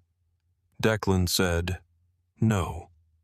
The word was quiet. It changed everything. Victor blinked. Declan looked toward Elias. "Give them the records." Elias nodded. Men moved toward the crates near the back office. Nora saw file boxes, hard drives, ledgers, sealed in plastic evidence packed and waiting. Declan had come prepared not only to kill Victor but to end him. Victor understood at the same time Nora did. "No," Victor said. "No, you cannot hand that over." Declan crouched in front of him close enough that Victor flinched. "You wanted me helpless," Declan said. "You forgot there is more than one way to make a man kneel." Federal vehicles screeched outside the warehouse, doors slammed. Voices shouted through the rain. Victor tried to rise. His knee failed him. Declan stood and turned away.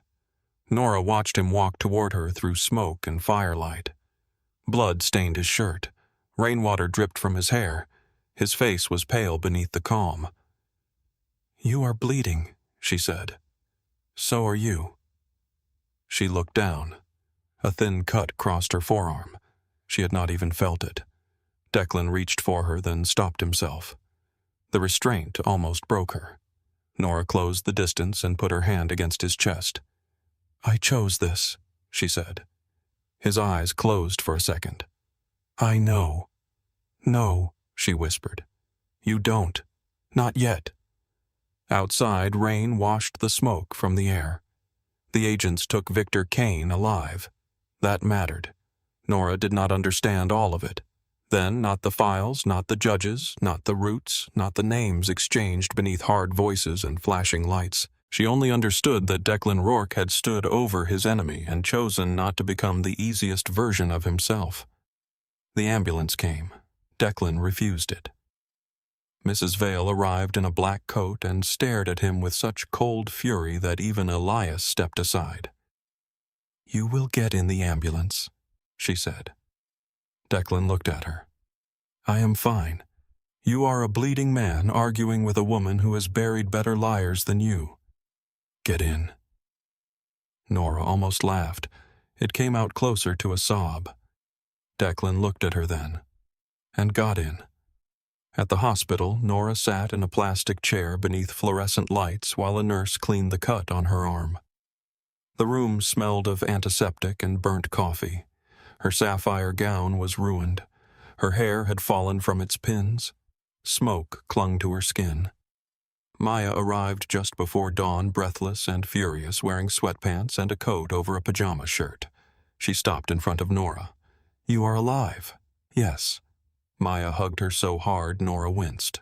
Then she pulled back and looked toward the room where Declan was being treated. "I still hate him." Nora wiped her cheek. I know. He got you shot at. Technically, no one shot me. That is not the defense you think it is. Nora laughed, then shaky and real. Across the hall, Declan appeared in the doorway with a bandage beneath his shirt and murder in his eyes for anyone who might suggest he stay overnight. Maya looked him over. You look terrible, Declan said. You must be Maya, and you must be the reason my best friend now knows how to set warehouses on fire. Nora covered her face. Declan glanced at her. You set the fire. Nora looked up. You noticed late. His mouth almost curved. Almost. Then the softness vanished under exhaustion. He told Nora he would take her home. She said no. He froze. Maya looked between them, then quietly walked toward the vending machines with the grace of a woman fleeing a private storm. Nora stood, her arm bandaged, her dress torn near the hem, her grandmother's brooch pinned crookedly but still in place. We need to talk. Declan's face closed. You need sleep. I need you to stop telling me what I need when you are afraid of what I might say. The hallway seemed to narrow. He looked away first. That told her more than any confession. They went to a small hospital courtyard where rain dripped from the leaves and dawn spread pale light over wet stone. Declan stood with one hand braced against the back of a bench. For once he looked tired in a way he did not bother hiding. Nora, he said, last night proved what I told you. My world reaches for what I care about. Yes. You could have died. Yes. I cannot promise that will never happen again. I know. His jaw tightened. Then why are you still standing here? Because she loved him? Because she was angry? Because both were true? Nora wrapped her arms around herself. I am not asking you for a life without danger, Declan. I am asking you not to call danger love. I am asking you not to put me in a cage and name it protection. I am asking you not to decide that because you are afraid I lose my right to choose. He looked at her then. Really looked. I do not know how to love without protecting. Then learn the difference. His voice dropped. I have done things you cannot forgive. You do not get to decide what I can forgive either. He flinched as if she had struck him. Good. Some truths needed impact. She stepped closer. I will not be Camden's accessory. I will not be your weakness. I will not be anyone's beautiful liability. If I stand beside you, it has to be because you make room for me there. Not behind you. Not beneath your protection. Beside you. Declan was silent for a long time. Rain tapped softly against the courtyard stones. At last he said, And if I cannot become the man you need. Nora's throat tightened. Then I will grieve you and keep walking. That was the first time she saw fear on his face without armor over it. Not fear of bullets. Not fear of rivals. Fear of being left by a woman he could not command to stay. Declan nodded once. It was not enough. It was a beginning. In the weeks that followed, New Orleans changed around them. Not openly. Cities like New Orleans did not reveal their secrets in daylight. They shifted behind closed doors in quiet resignations. Missing signatures, docks that changed hands. Judges suddenly unavailable. Officers placed on leave, warehouses emptied before sunrise. Victor Kane's arrest became a scandal dressed in legal language. The news spoke of trafficking networks, corruption, riverfront smuggling, and sealed federal indictments. They did not mention Nora's name. Declan made sure of that. But Declan did more than hide her. He began cutting pieces from his own empire. The first man to object had worked for him 8 years. Declan dismissed him before lunch. The second tried to sell information to what remained of Victor's crew. Elias found him before dinner. The third came to Declan in the penthouse study, angry enough to forget he was afraid. "You are burning money for a woman," the man said. Nora was in the hall. She stopped before entering. Declan's voice was calm. "No, I am burning rot before it reaches the foundation. You think the men will follow that they will follow or leave, and if they turn on you—" A pause. Then Declan said, "Then I will know which ones were never mine." Nora walked away before he knew she had heard. For the first time, his darkness did not feel like a place swallowing her. It felt like a house under renovation walls, torn open dust everywhere, dangerous wiring exposed, but light beginning to find corners that had not seen it in years. She did not move into the penthouse, not at first. That mattered. She kept her apartment above the bakery because it was hers, because every woman needed a door that opened to her own key, because love meant less if it required surrendering every exit. Declan hated it. He did not argue. That mattered more. Nora quit the law office 2 weeks after the warehouse. Her boss called her dramatic. She placed her resignation on his desk and smiled. "Then consider this my final performance." She began working with a legal advocacy group that helped women caught in financial abuse, coercive relationships, and family pressure dressed up as concern. The office was smaller. The pay was worse. The work mattered in a way that made her tired and alive. Maya helped her carry boxes from the old office. You know, Maya said placing a stack of files in Nora's car, "I still think Declan Rourke is dangerous." Nora slid a box onto the back seat. "He is. You are supposed to disagree." "No, I am supposed to be honest." Maya studied her. "And are you happy?" Nora looked across the street. Declan's black car waited at the corner, not close enough to claim her, not far enough to pretend he was not watching. Nora smiled. "I am becoming happy." Maya followed her gaze. "He is learning slowly. Men like that hate slowly." "I know." "Good." 3 months after the wedding, a letter arrived with no return address.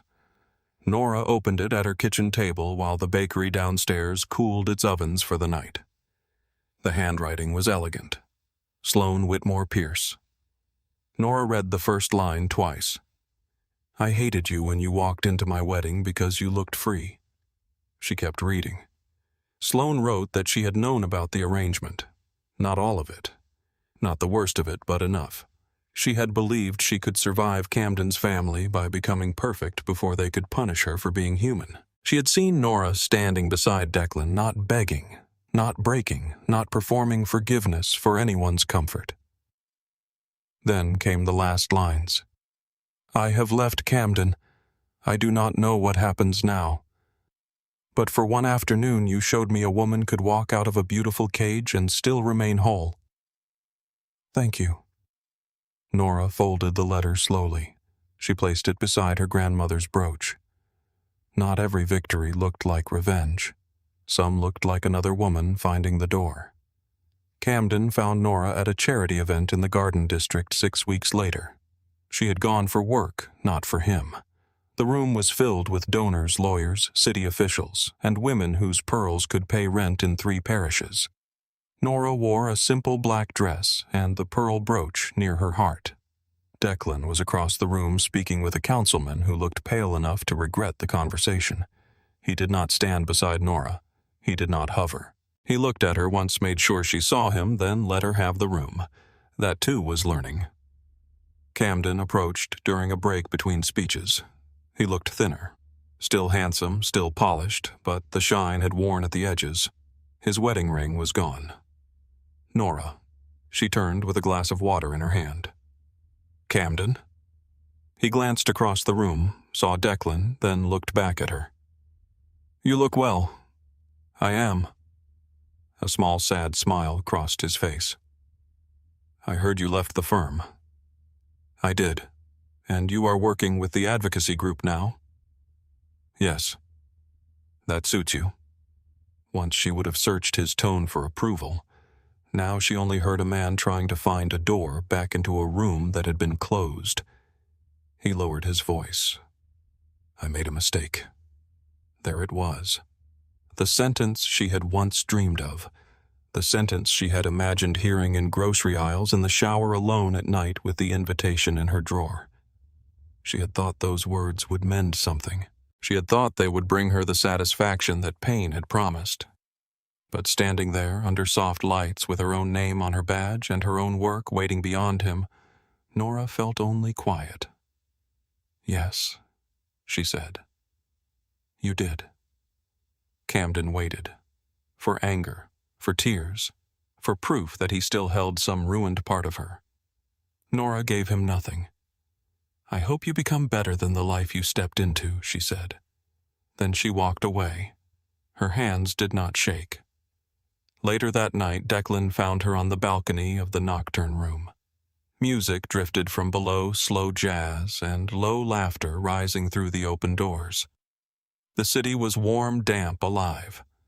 Somewhere in the quarter, rain threatened without falling. Declan stood beside her, leaving space. "You saw Camden," he said. "I did. Do I need to kill him?" Nora looked at him. He looked back completely serious. She laughed. Declan's mouth curved. "I was hoping for no." "No. Good." He reached into his jacket and took out a small velvet box. Nora's breath caught before she could stop it. Declan noticed. Not that he said. She exhaled. He opened the box. Inside was her grandmother's brooch repaired. The pearl had been cleaned. The clasp was new, stronger than before, but the old metal remained around it, polished without being erased. Nora touched it with one fingertip. "I thought it was already fixed. It was damaged in the warehouse. You noticed that I notice you." The words came simply. No performance, no polished uselessness, just truth. Nora looked up at him. "You did not have to do this. I know." That was why it mattered. Declan took the brooch and fastened it carefully near her heart. His fingers brushed the fabric of her dress. This time neither of them pretended the touch was accidental. "I cannot promise you a life without danger," he said. "I am not asking for a fairy tale. What are you asking for?" Nora looked out over New Orleans at the wet streets and iron balconies, the music and shadows, the city that kept its sins close and its beauty closer. Then she took his hand. "A door I can open from both sides." Declan understood. No cage, no ownership, no beautiful prison. His thumb moved once across her knuckles. "You have it." Nora studied his face in the balcony light. "And if you forget." His mouth curved faintly. "You will remind me. I will do more than remind you." "I know." He said it with something close to pride. Below them, the band shifted into a slower song. Declan offered his hand, not to lead her away, not to display her, not to prove anything to anyone, just to ask. Nora placed her hand in his. They danced on the balcony above the city, close enough to feel each other breathe, far enough that she could still stand on her own feet. Months later, Nora walked into the nocturne room alone. No rain, no trembling hands, no cream invitation cutting into her palm. The same black door opened. The same men stood guard.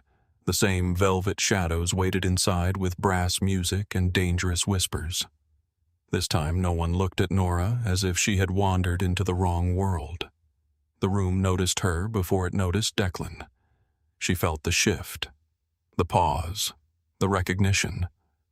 Declan sat at the back table where it had all begun. He rose when he saw her, not because anyone expected it, because she had entered.